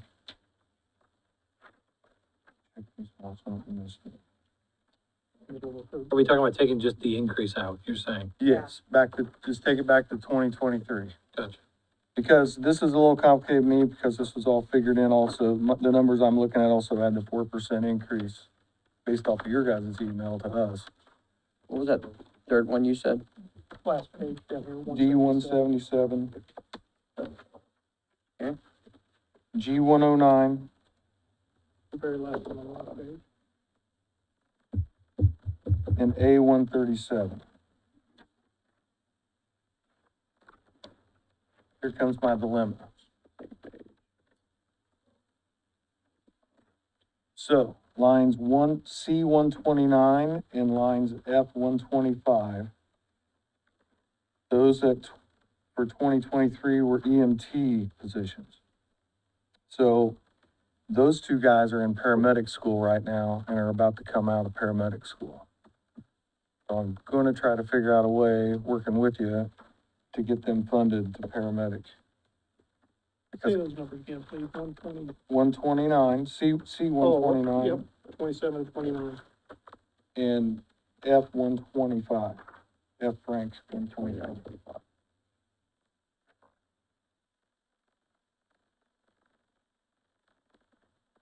So say that again, you're currently paramedics going They're currently EMT funded positions. These guys are in paramedic school right now. Oh, I see. They'll be coming out of paramedic school at the end of the year. February, one of them in December, one of them about February. And they've worked for us for over 4 years in school, in-house. We don't want to, the community does not want to lose these guys, I'm telling you. So, And just, And they know that ahead of time, that they're in that schooling and that that's gonna be their job title. Therefore, I typed this up according to their Form 1s and how they refer to that employee in the future. Yeah. As paramedic, that's why you're not seeing EMT. the problem came when we downsized the department by 12 employees. Some paramedic positions got cut. I personally wouldn't have done that. I would have cut the EMT positions. We're not talking about people, we're just talking about funded lines. So I'm trying to build some of that back. That's why all the lines I just cut, I was gonna try to get increased to paramedic level. And the reason is, we had three EMT openings we just got filled. But in the process of that, I had 2 seasoned paramedics wanting to work for this county. I couldn't offer them a job. I mean, I could have come and asked you for the appropriation, but that takes 6 weeks. By the time we get on the agenda and get in front of you, go to finance and all that, and then you might or might not approve it, right? So I just had to kind of turn them away. So that's my goal, is to get some of these positions increased, but And not gonna- also for everyone's, just to remind everyone, when they had to cut so many employees, that is when the city chose to take over their own EMS. Yeah. And so that we had to cut our costs Yep, and we did, to we cut right their size according budget. to the funds we would have now. So that's why there was that huge Yeah, in loss. 2019 to 2020, we cut over $2.5 million out, so. And we're the coupon shoppers, we're trying to live within our means, and I made a promise to the old council would know this, out, so. And we're the coupon shoppers, we're trying to live within our means, and I made a promise to the old council would know this. I've never yet asked for an appropriation outside of our budget. So, and I want to try to still live by that, so. We'd also ask for an increase in, I'll have to look the line up here, utilities, 350, $20,000 for next year. The reason we made that increase is because we're gonna be in front of you at the regular council meeting this month, transferring $15,000 to cover this year's utilities. I'm willing to cut that out altogether and roll the dice for next year, and the reason is, I've been tracking the gas prices. Natural gas is what killed us, and it's down 72% from what it was this time last year. So if it continues on that trend, we should be okay at the 2023 level. If not, then we'll do what we did this year and try to find it within the budget without asking appropriation. Those are, I don't have a crystal ball, so I can't make promises on that. So you're gonna take that 20K out. So line 350, the 2023 budget for that one. Yep. yeah, go back to the 2023 budget. So, What do you get, what's the natural gas? Is that just the stations? yeah, 4 stations. We pay our own utilities, so, Yeah, no, I know, but when you said the natural gas cost, it's just for the heat. And the Right. generators probably. You're yeah, not running any heat, equipment, generators. natural gas. Generators, generators when they need to be, Correct. yeah, Yeah. they have to exercise at least monthly. weekly, yep, every So Friday. said At least monthly. Oh, yeah, yeah, Every Friday. every Friday, 11 o'clock, they fire up, can't hear a thing in station. So, Pretty handy. they are handy, yep, they keep the wheels Watch turning. ours fire up someday. What's that? You gotta come watch ours fire up someday. Mhm. It's like a solar eclipse. So, I have a question just for us as the Okay. auditors. On the ones you first read off to us, that you were like, you can go with 2023, you can go with 2023. Yep. Should, that wording go back to EMT then rather than paramedic? I had. Actually, a couple of them are advanced. Can I get with you that? Can I Yeah, get with if you? could just get with us. Just to make sure I don't make a mistake. Proper name. Yep, okay, I see what you're saying, yep, advanced. So, in your stuff, I know we just started getting into the utilities. What can you absolutely not keep at 2023 levels is really what I'm interested in hearing. Well, I would really like this evening to go over that and maybe get back with you tomorrow if you're. What about your overtime? What's that? Overtime? We're transferring money into overtime this Yeah. year, We're trying, how much did we end up doing? 50, almost 50,000. Yeah. And that's because of the shortages we've had, and I've got one guy off right now with an on-the-job knee injury that's probably gonna be off for another 2 months, and I've got a guy that's had a complication of back surgery, it's probably not even gonna be back till January. Plus, we were 3 short, and, we just got those spots filled, so. However, we were able to offset that cost by those lines that have been open. Took that money, we're transferring, we'll be seeing you in September to transfer back in overtime, again, not coming and asking for an additional appropriation, so. You don't have any new employee requesting here, do you? Nope. You're not requesting any new paramedics or anything, you just No. want to upgrade from Nope, EMT yep, to and paramedic? Yeah, and I was gonna, I was looking at it as kind of an investment in the future, if we could get it in the budget. You get that money back if it's not funded Right. for paramedics. Yeah, when we sit down and talked about it, worst case scenario, if the person's not a paramedic, the money goes back to the general fund. Yep. And in a perfect world, that's what we do, we just make a paramedic. Yeah, so, but we can address that later. I mean, under the circumstances we're in right now and everybody here's under, then, I got a plan B. And You always do. I'm okay with you taking the evening to look at stuff. I mean, today's more fact-finding and information gathering. So if you want to work, I was just saying that I'm okay with you working on this tonight and coming back tomorrow, like, that's fine, because today's more just fact-finding and getting information and just kind of going through what the challenges are and pain points and all of that kind of stuff. So that's fine if you don't have anything right now at this moment, anything else, that's okay. My only other question now is how many employees are in this budget? Same as last year. 35, 35, I'm sorry, I didn't understand what you were asking. Okay. 35 is, yeah. Okay, I think you've done a yeoman's job just off the cuff. Well, appreciate it. I gotta figure out how to get those guys paid, and I need some time to look over some numbers that I went a different direction this morning after the morning presentation, so, I'll figure it out, Yeah, well, so. And I think we're all we're all going in a shocked. different direction. I mean, our budget's like a chess game. Me and her meet every week because I don't know what's gonna happen. We just had an infestation of bees at Station 2 that, when I get the phone call on Saturday, it sounded like hornets the size of sparrows flying around. I get out there, it's little yellow jackets, but nonetheless, there's $500 we gotta deal with. We had a generator, it wouldn't start. We spent 2 hours on it. We thought it was a transfer switcher, looking at 10, 12 grand there. Finally tracked it back to an $8 fuse. Took us 2 hours, but we don't call repair guys, we try to take care of everything ourselves until we get to that point, you know what I mean?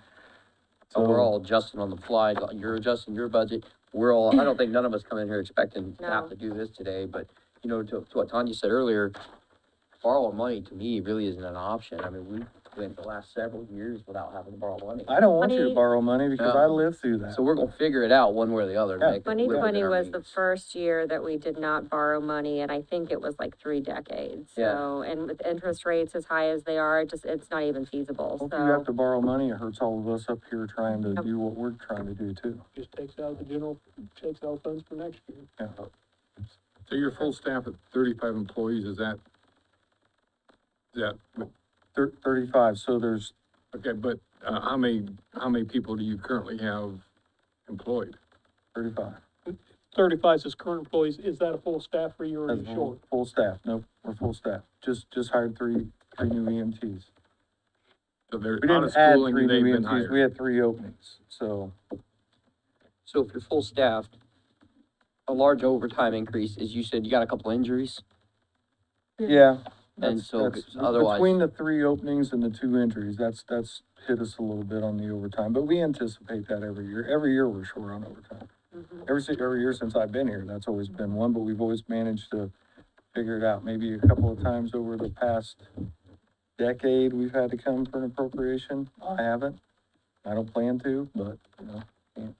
Yeah, can't we've promise. always found it within the budget to transfer. Yeah, so They do a good job with it. we have 18 street paramedics right now. I gotta find that paper.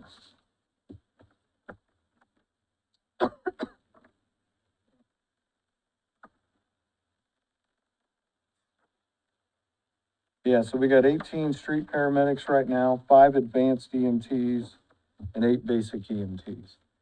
I got 4 of those basic EMTs that want to go to advanced class this winter. They do, they'll be out probably February, March. And if they get their certifications, that's a $3,000 bump in pay for them. People go to school, I don't promise them any bump in pay till I tell them, I've got to get that money approved by you guys. So I make no promises to anybody, even these 2 paramedics that are going to be paramedics. You know, I don't promise them an increase in pay. The problem is, if I don't get them paid, they're going to go benefit somebody else. When those guys go to school, does that increase the overtime also? No. Other guys have to cover them? No? No, not very much. Not very much. We work out there. I only let 2 people go at a time. The advanced EMTs, they won't be an issue if I send 4 of them because, they're in a local program at Jay County where they'll, like if they have to work on a Tuesday, the classes are set up. You miss Tuesday, you can go Wednesday. Paramedic school's a little more like college for 2 years, so, we get that covered pretty well. Once in a while, I have to put overtime in there, but we plan for that ahead of time, and that's why we only let 2 people go at a time. Do we pay for their schooling? We do not pay for school, which is a tragedy, but tried to get that before and never have. So you're looking at, those guys are investing $5,000-6,000 into that program, not including travel and all that stuff, so that's where we're at. Do other EMTs pay, do a lot of others pay for the schooling, the extra schooling? For the, Some do, like IU will pay for your paramedic and, EMT program. Most EMT programs start out at the volunteer level, like, or partial paid level, like Daleville, Eaton, things like that. Paramedics, IU will send you to paramedic school, but you gotta sign a contract that you're gonna work for them for so many years ahead of time, or in the future, after you get out of school, so. Are grants available? For paramedic school? Yes. There might be, I don't know for sure. I know one of our employees for sure ended up getting a grant to pay for his medic He school did. through like it was like a fire service kind of grant. He was on a fire department and he applied for a grant, and he got it all paid for. Yeah. Wow.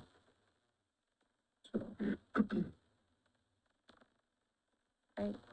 But I'll have some numbers for you tomorrow. Yeah, that's fine. Best I can anyway. Yeah, no, we appreciate it. Anything All right. else? Thanks, Director. You good, guys? Okay, thank you. All right, thanks. All right, on to communications. Page 3, Fred, you're up. Yeah, between you and lunch, so. Somehow we always plan you to be like us and like something else, right, between lunch I only have or. 48 pages to get through. We're good. yeah, Fred, we pass you like a freight train passing home. That's right. Geez. So just before I start, some numbers that I want you to keep in mind. 7,600, that's the first number that I want you to keep in mind. That's the increase in calls for service that we've had so far in 2023. Okay? 4,500, that's the increase in phone calls we've had so far in 2023. Give you some perspective, from 2021 to 2022, there was only a 4,500 call for service increase. We're already at 7,600 for this year as an increase. We're doing that with the same amount of people, and we're doing it with a lot of people in training, hence the overtime numbers. This budget that you have in front of you, as I explained to you at the pre-budget hearing the other day, is an increase. Now, I know that I'm gonna be asked the questions about what I can live without and what I can't live without. And I'm gonna stand here and tell you, just like everybody else, that there's certain things that I can't live without. There are certain things that I'm obligated to pay, like radio maintenance contracts and software contracts, health insurance. I'm one of the few budgets that actually has my health insurance included in my budget. Okay? Most of the other departments actually have them in a line somewhere else in the budget, not in their own budget. So I did increase that, what I was supposed to increase it. One of the other things in this, and I explained this to you the other day, was I kept the lateral transfer line in there as well. And part of that is already committed to the people that I've hired this year. So that's why it's there. Yeah, and I think that's figured into that sheet we got to this It very morning well too, may. yeah, because it carried over. Okay.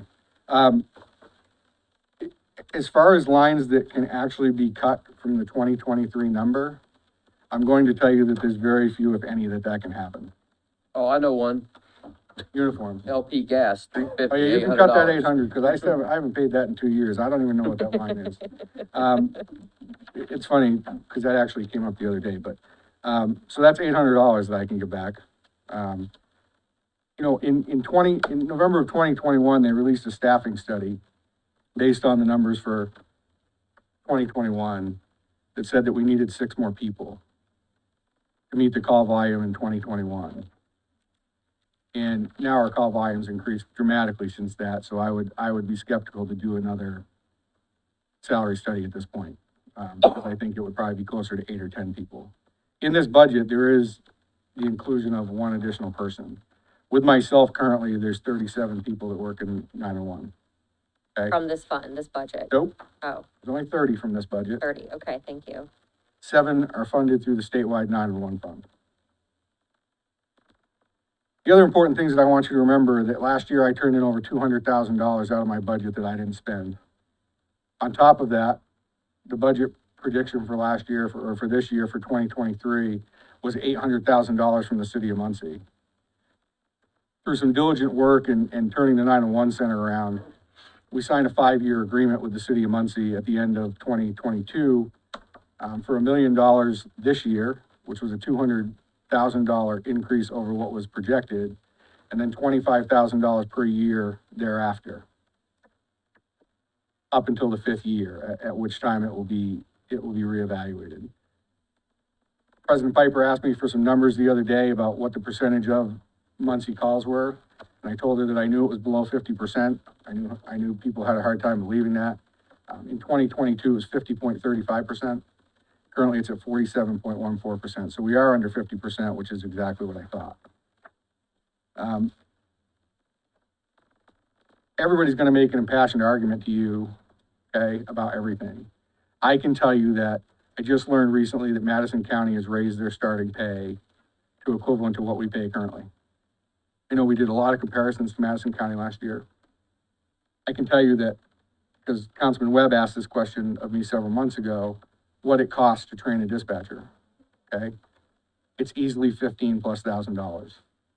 My fear, I came to you last year, and only 2 of you remember this, and rather than ask for all of the increases in salaries in 1 year, I gave you a 3-year plan to try to accomplish this. This budget represents the 2nd year of the 3-year plan. I can tell you with great certainty, standing here, and this isn't a scare tactic, I can't mandate you to do anything, and I can't sign orders or anything else, but I can tell you this. If the salary increases don't go through, I'm fearful that we are going to lose people, okay? If we lose people, it's gonna cost this county a lot more money in training new dispatchers and losing the experience that we have, okay? I don't know of any other way to say that. Currently, I'm down 1 position. Which from where I started, I was down, I believe, 8 positions when I started, and we've had, you know, turnover since then. I've hired 23 people since I arrived in January of 2021, out of a 37-member staff, okay? My experience level is dwindling, and if these people can make more money somewhere else, they're gonna leave. I don't wanna be a training ground. I don't wanna spend tens of thousands of dollars training people to have them leave and start at ground zero again. I know it's a huge ask for what is in here, okay? One of the things that I say that really can't be cut, there is a line, I came to you in January, there is one of the salary lines that's at $62,000. And that's the other supervisor that I got permission from the council in January to switch from a dispatcher position to a supervisor position. That is a number that can't be cut because that matches the salaries in the 1222 account, okay? So that'd be line item, H123. Yes, Yeah, so page 5. I'm gonna stand here and tell you that if you want me to give you something back, I'll give you the extra position that I'm asking for. I don't wanna do that because it puts us further behind, especially since we're so far up in call volume this year and we're gonna start burning people out. You know, overtime's another thing I can't control. You know, we have people that go out. We had a COVID outbreak, again, right? And I can't control like vacations and time off and everything else, so we're always gonna have an overtime number. I came to the council last year and asked for more money than was approved this year, and I've already proven that I needed the money because I've come back and done transfers several times this year, okay? That's not gonna change. The $80,000 is a more realistic number, but it's probably likely to be over $100,000 next year. Again, because it's not something that I can control. We're not like some of the other county agencies where if somebody calls out sick, we just absorb it and don't have to backfill that position. I have to backfill it, right? The other important thing to remember is when you talk about the administration staff and the supervisory staff, you have to remember that those salaries are just that, they're salaries. Myself, the deputy director, the supervisor do not make overtime. That is the salary that we make per year, no matter if we work 40 hours a week or 70 hours a week, okay? And there's a big difference between a 40-hour-a-week position and a 32-and-a-half-hour-a-week position, you know, as far as hourly rates, right? I'm gonna throw a number out there just because it's me personally, and I'm not gonna talk about anybody else. Paying me $80,000 next year, okay, on a 40-hour week is almost $9 an hour less than paying somebody $80,000 on 32 and a half hours a week, right? So there's a huge pay disparity that I think we need to solve at some point. You know, I think that salary study that you guys are doing is going to be a really good thing, but I also think it's gonna be a really harsh wake-up call for a lot of people. Well, that's Okay? guaranteed. Because I can tell you, just my position alone, the median salary for my position in the state of Indiana in a like-sized center is significantly more than I make right now, right? That's my fear, because we're already at a point now where we're standing here and we're trying to cut from 2023 numbers. I can't cut from 2023 numbers and maintain the level of service that we currently have. Right? We do have contractual stuff. We have software contracts and we have radio maintenance contracts and we have a lot of different stuff. I'm bound by the health insurance number, right? It's not something I can change. That's $350,000 of my budget. And also keep in mind that because of the 1222 901 fund, 7 employees in 901 are paid for out of a different fund, including their health insurance and benefits, right? So we're already saving the county a ton of money and we're bringing in more revenue than we ever have, right? So I warned all of you, I was gonna make an impassioned speech. I can't cut my budget. My budget is a realistic budget of what we need. If I need to give anything up, I'll give up the other position. Tell me about your part-time, going from 10 to 30. So I came back to you, so this is not an accurate number because I came back to you in January and actually, that's why I said these numbers don't make sense because I allocated more money into part-time. So that's not a true number. Becky can probably tell me what's allocated right now, but it's 25,000, I think. So we started at 10, but we've transferred money into that. You appropriated Right. money in January. Appropriated money into it. Yes. Okay. Because my argument is, I had a dispatcher that wanted to go part-time. She decided she wanted to go into her chosen field that she went to college for. She stayed part-time. That saves me in overtime money, okay? So it's a benefit to me to have a trained dispatcher on part-time. She has since left. I've been able to hire another dispatcher that left, that works full-time for the fire department, that wanted to come back part-time as well. Every hour that he works is money that I save in overtime. So it's a huge benefit, not only to us, but to the county. It's a benefit to us because we have a trained dispatcher that can do the job. It's a benefit to the county because I'm saving overtime money. Sure. So when you said cut out that new employee, that's 43,000, if I'm looking at the That's right correct. one. The total requested difference from 23 to 24 was $329,950, so roughly 330,000. So that's still gonna put us at about, the $285,000, give or take, increase that we're gonna have to figure out how to absorb, if, if, if we went along with what you're wanting to do as far as your plan. And again, Trust me, I get it. I know it's a large number. The problem that you're gonna run into is if we don't do this, then it's gonna cost the county more money, because I'm gonna have to hire and train more people, and I'm gonna come back to you for additional appropriations next year for overtime and everything else. Okay, tell me one more thing. Which line are you talking about as far as? New employee, I thought it was 137. I think it's 137, Tanya. Okay, thank you. Don't quote me on that, because I don't have them individually marked, but I No, think it is that would 137. make sense. I Thank you. could be wrong on this. I've met with a lot of department heads. Am I wrong? Did we talk about the city making a commitment in some way with you, or am I mixing up two different The city signed a conversations? 5-year agreement with us. I know about that one. I thought there was something else.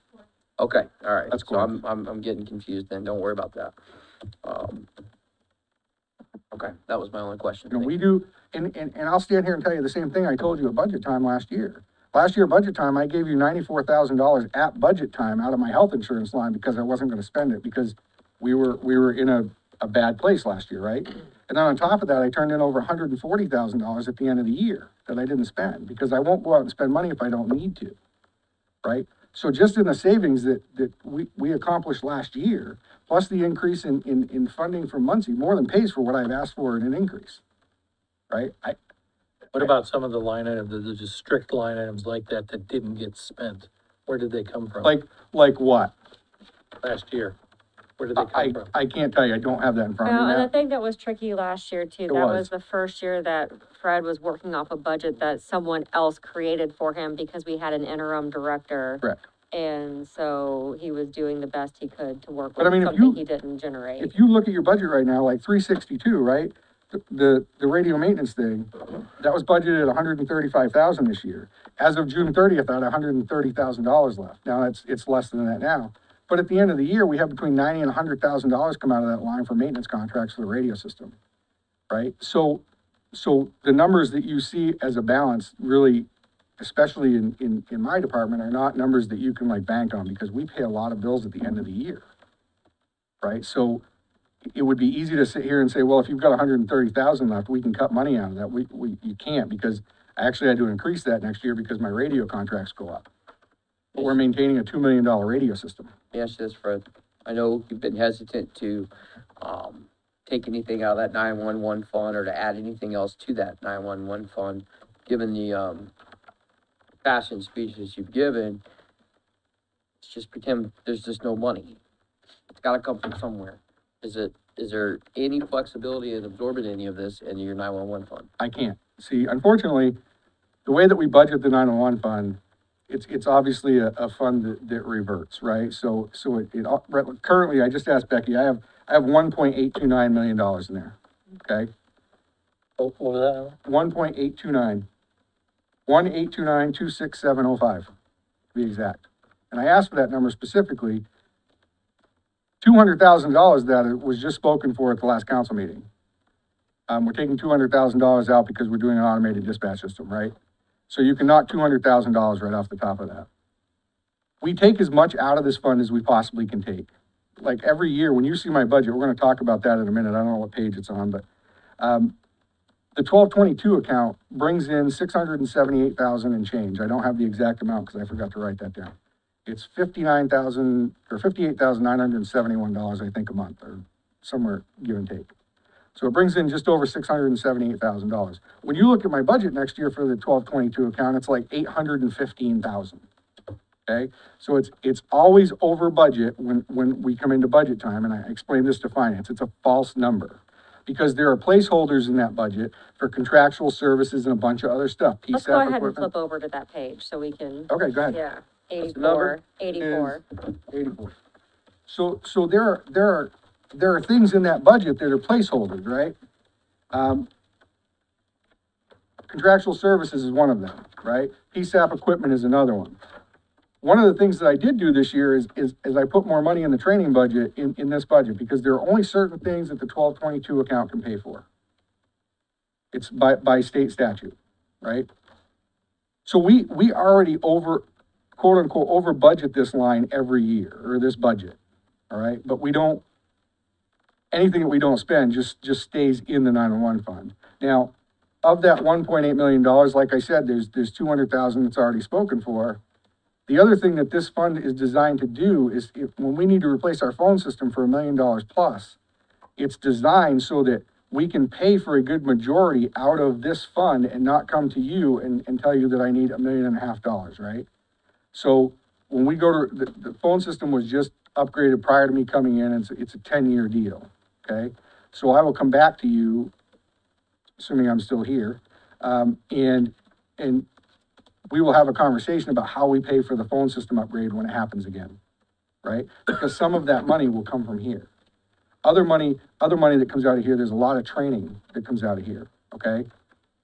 We can't do building upgrades with the 911 funds. What I can do is what I did last year.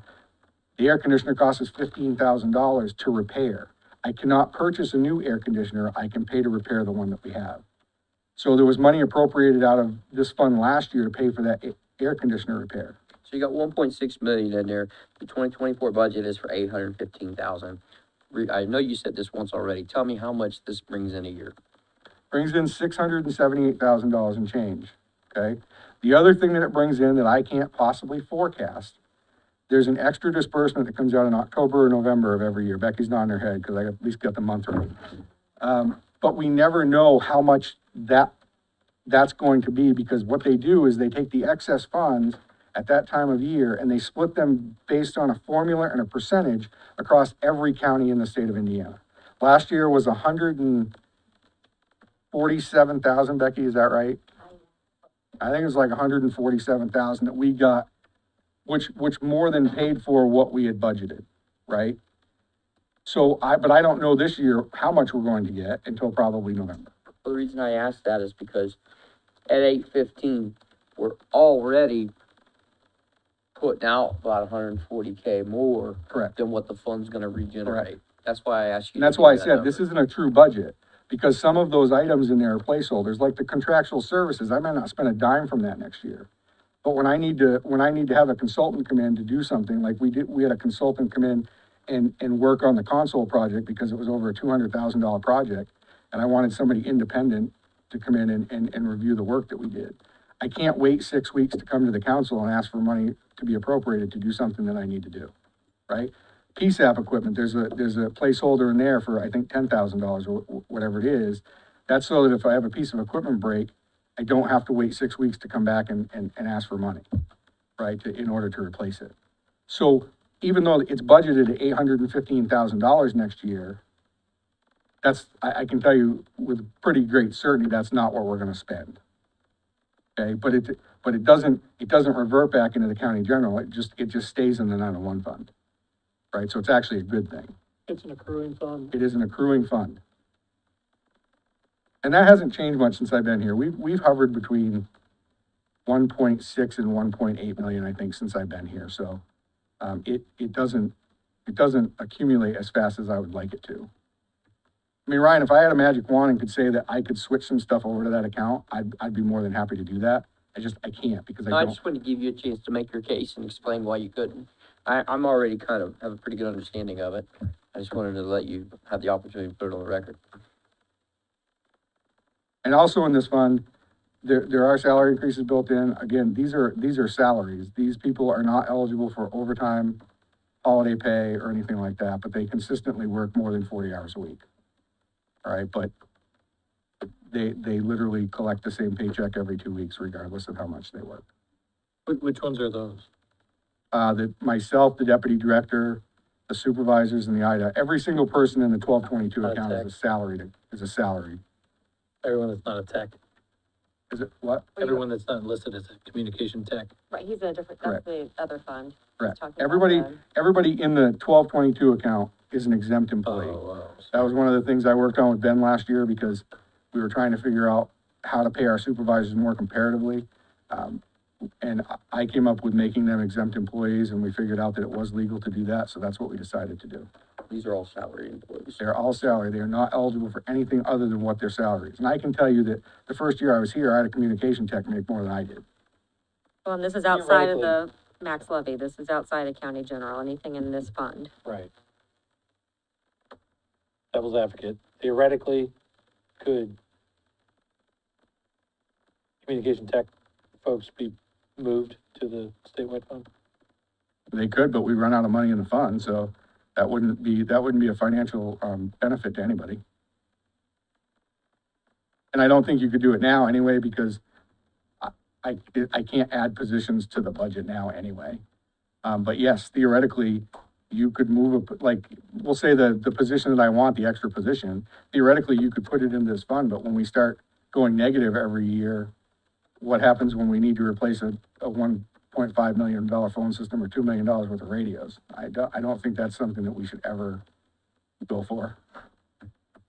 I'm already maxing this budget. I put more money into training this year so that I didn't have to put more money in training in the county general budget, right? It's a balancing act between the two budgets. I got you, I was just asking. You have to ask the questions. You can ask any questions you want. Right, That's where the answers are, Fred, yep. in the question. Like I said, the other thing, if you want to cut out of the county general budget, if you want to cut that uniform thing, we had to talk about that the other day. You can cut that $5,000 too. Hold on, what number's that? I can live without those. I mean, but I don't have a lot of wiggle room in the county general budget that I presented to you. It's 45, is that what you said? Yeah, the other thing that we're working on, thankfully Shannon reminds me, right? The other thing that we're working on, and I don't have numbers, so please don't ask me. We're working on an agreement right now with Ball State. Ball State has a desire to come onto our CAD system, which is our computer system that tracks our calls and everything else. Be a huge savings for them, and it would be a huge savings for the county. Currently, the maintenance fees and upgrade fees and everything else are split evenly between, there's a small percentage that comes from the small towns, and then the rest is split evenly between Muncie and Delaware County. Currently, that number is well over $100,000, I think, that the county pays. I think it's like 185. Don't quote me on these numbers because I don't know. We're in negotiations right now with Ball State for them to come onto our CAD system. And if this agreement is successful, they will pay a third of the cost of the software upgrades and the maintenance fees and everything else, which potentially could save the county 85 to 90,000. I'll just throw out a number. It may be less, it may be more. I don't know what it is because I don't have those numbers. Regardless, it's a savings. But regardless, it will be a saving. Now, I don't believe that comes out of county general. That comes out of edit funds maybe?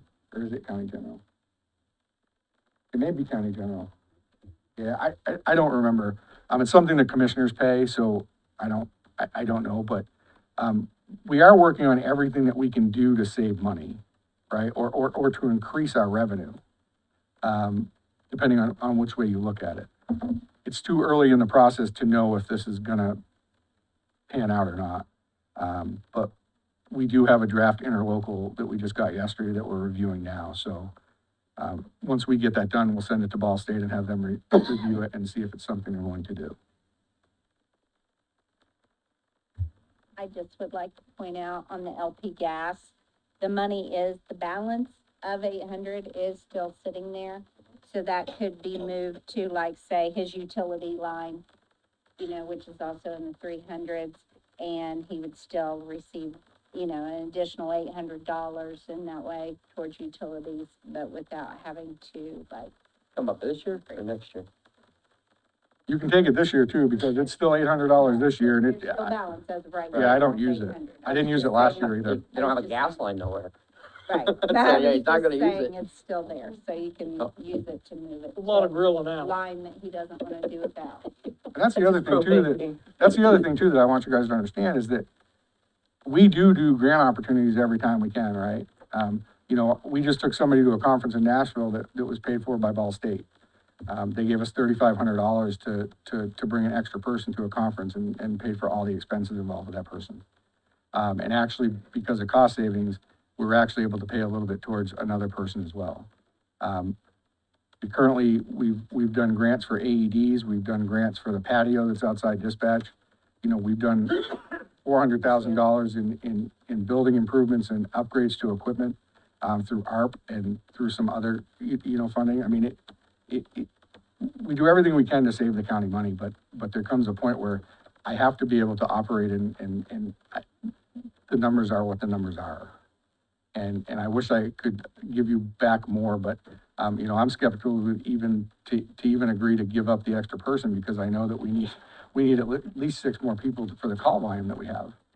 And, you know, it's robbing Peter to pay Paul, because it'll probably cost us more in overtime, so.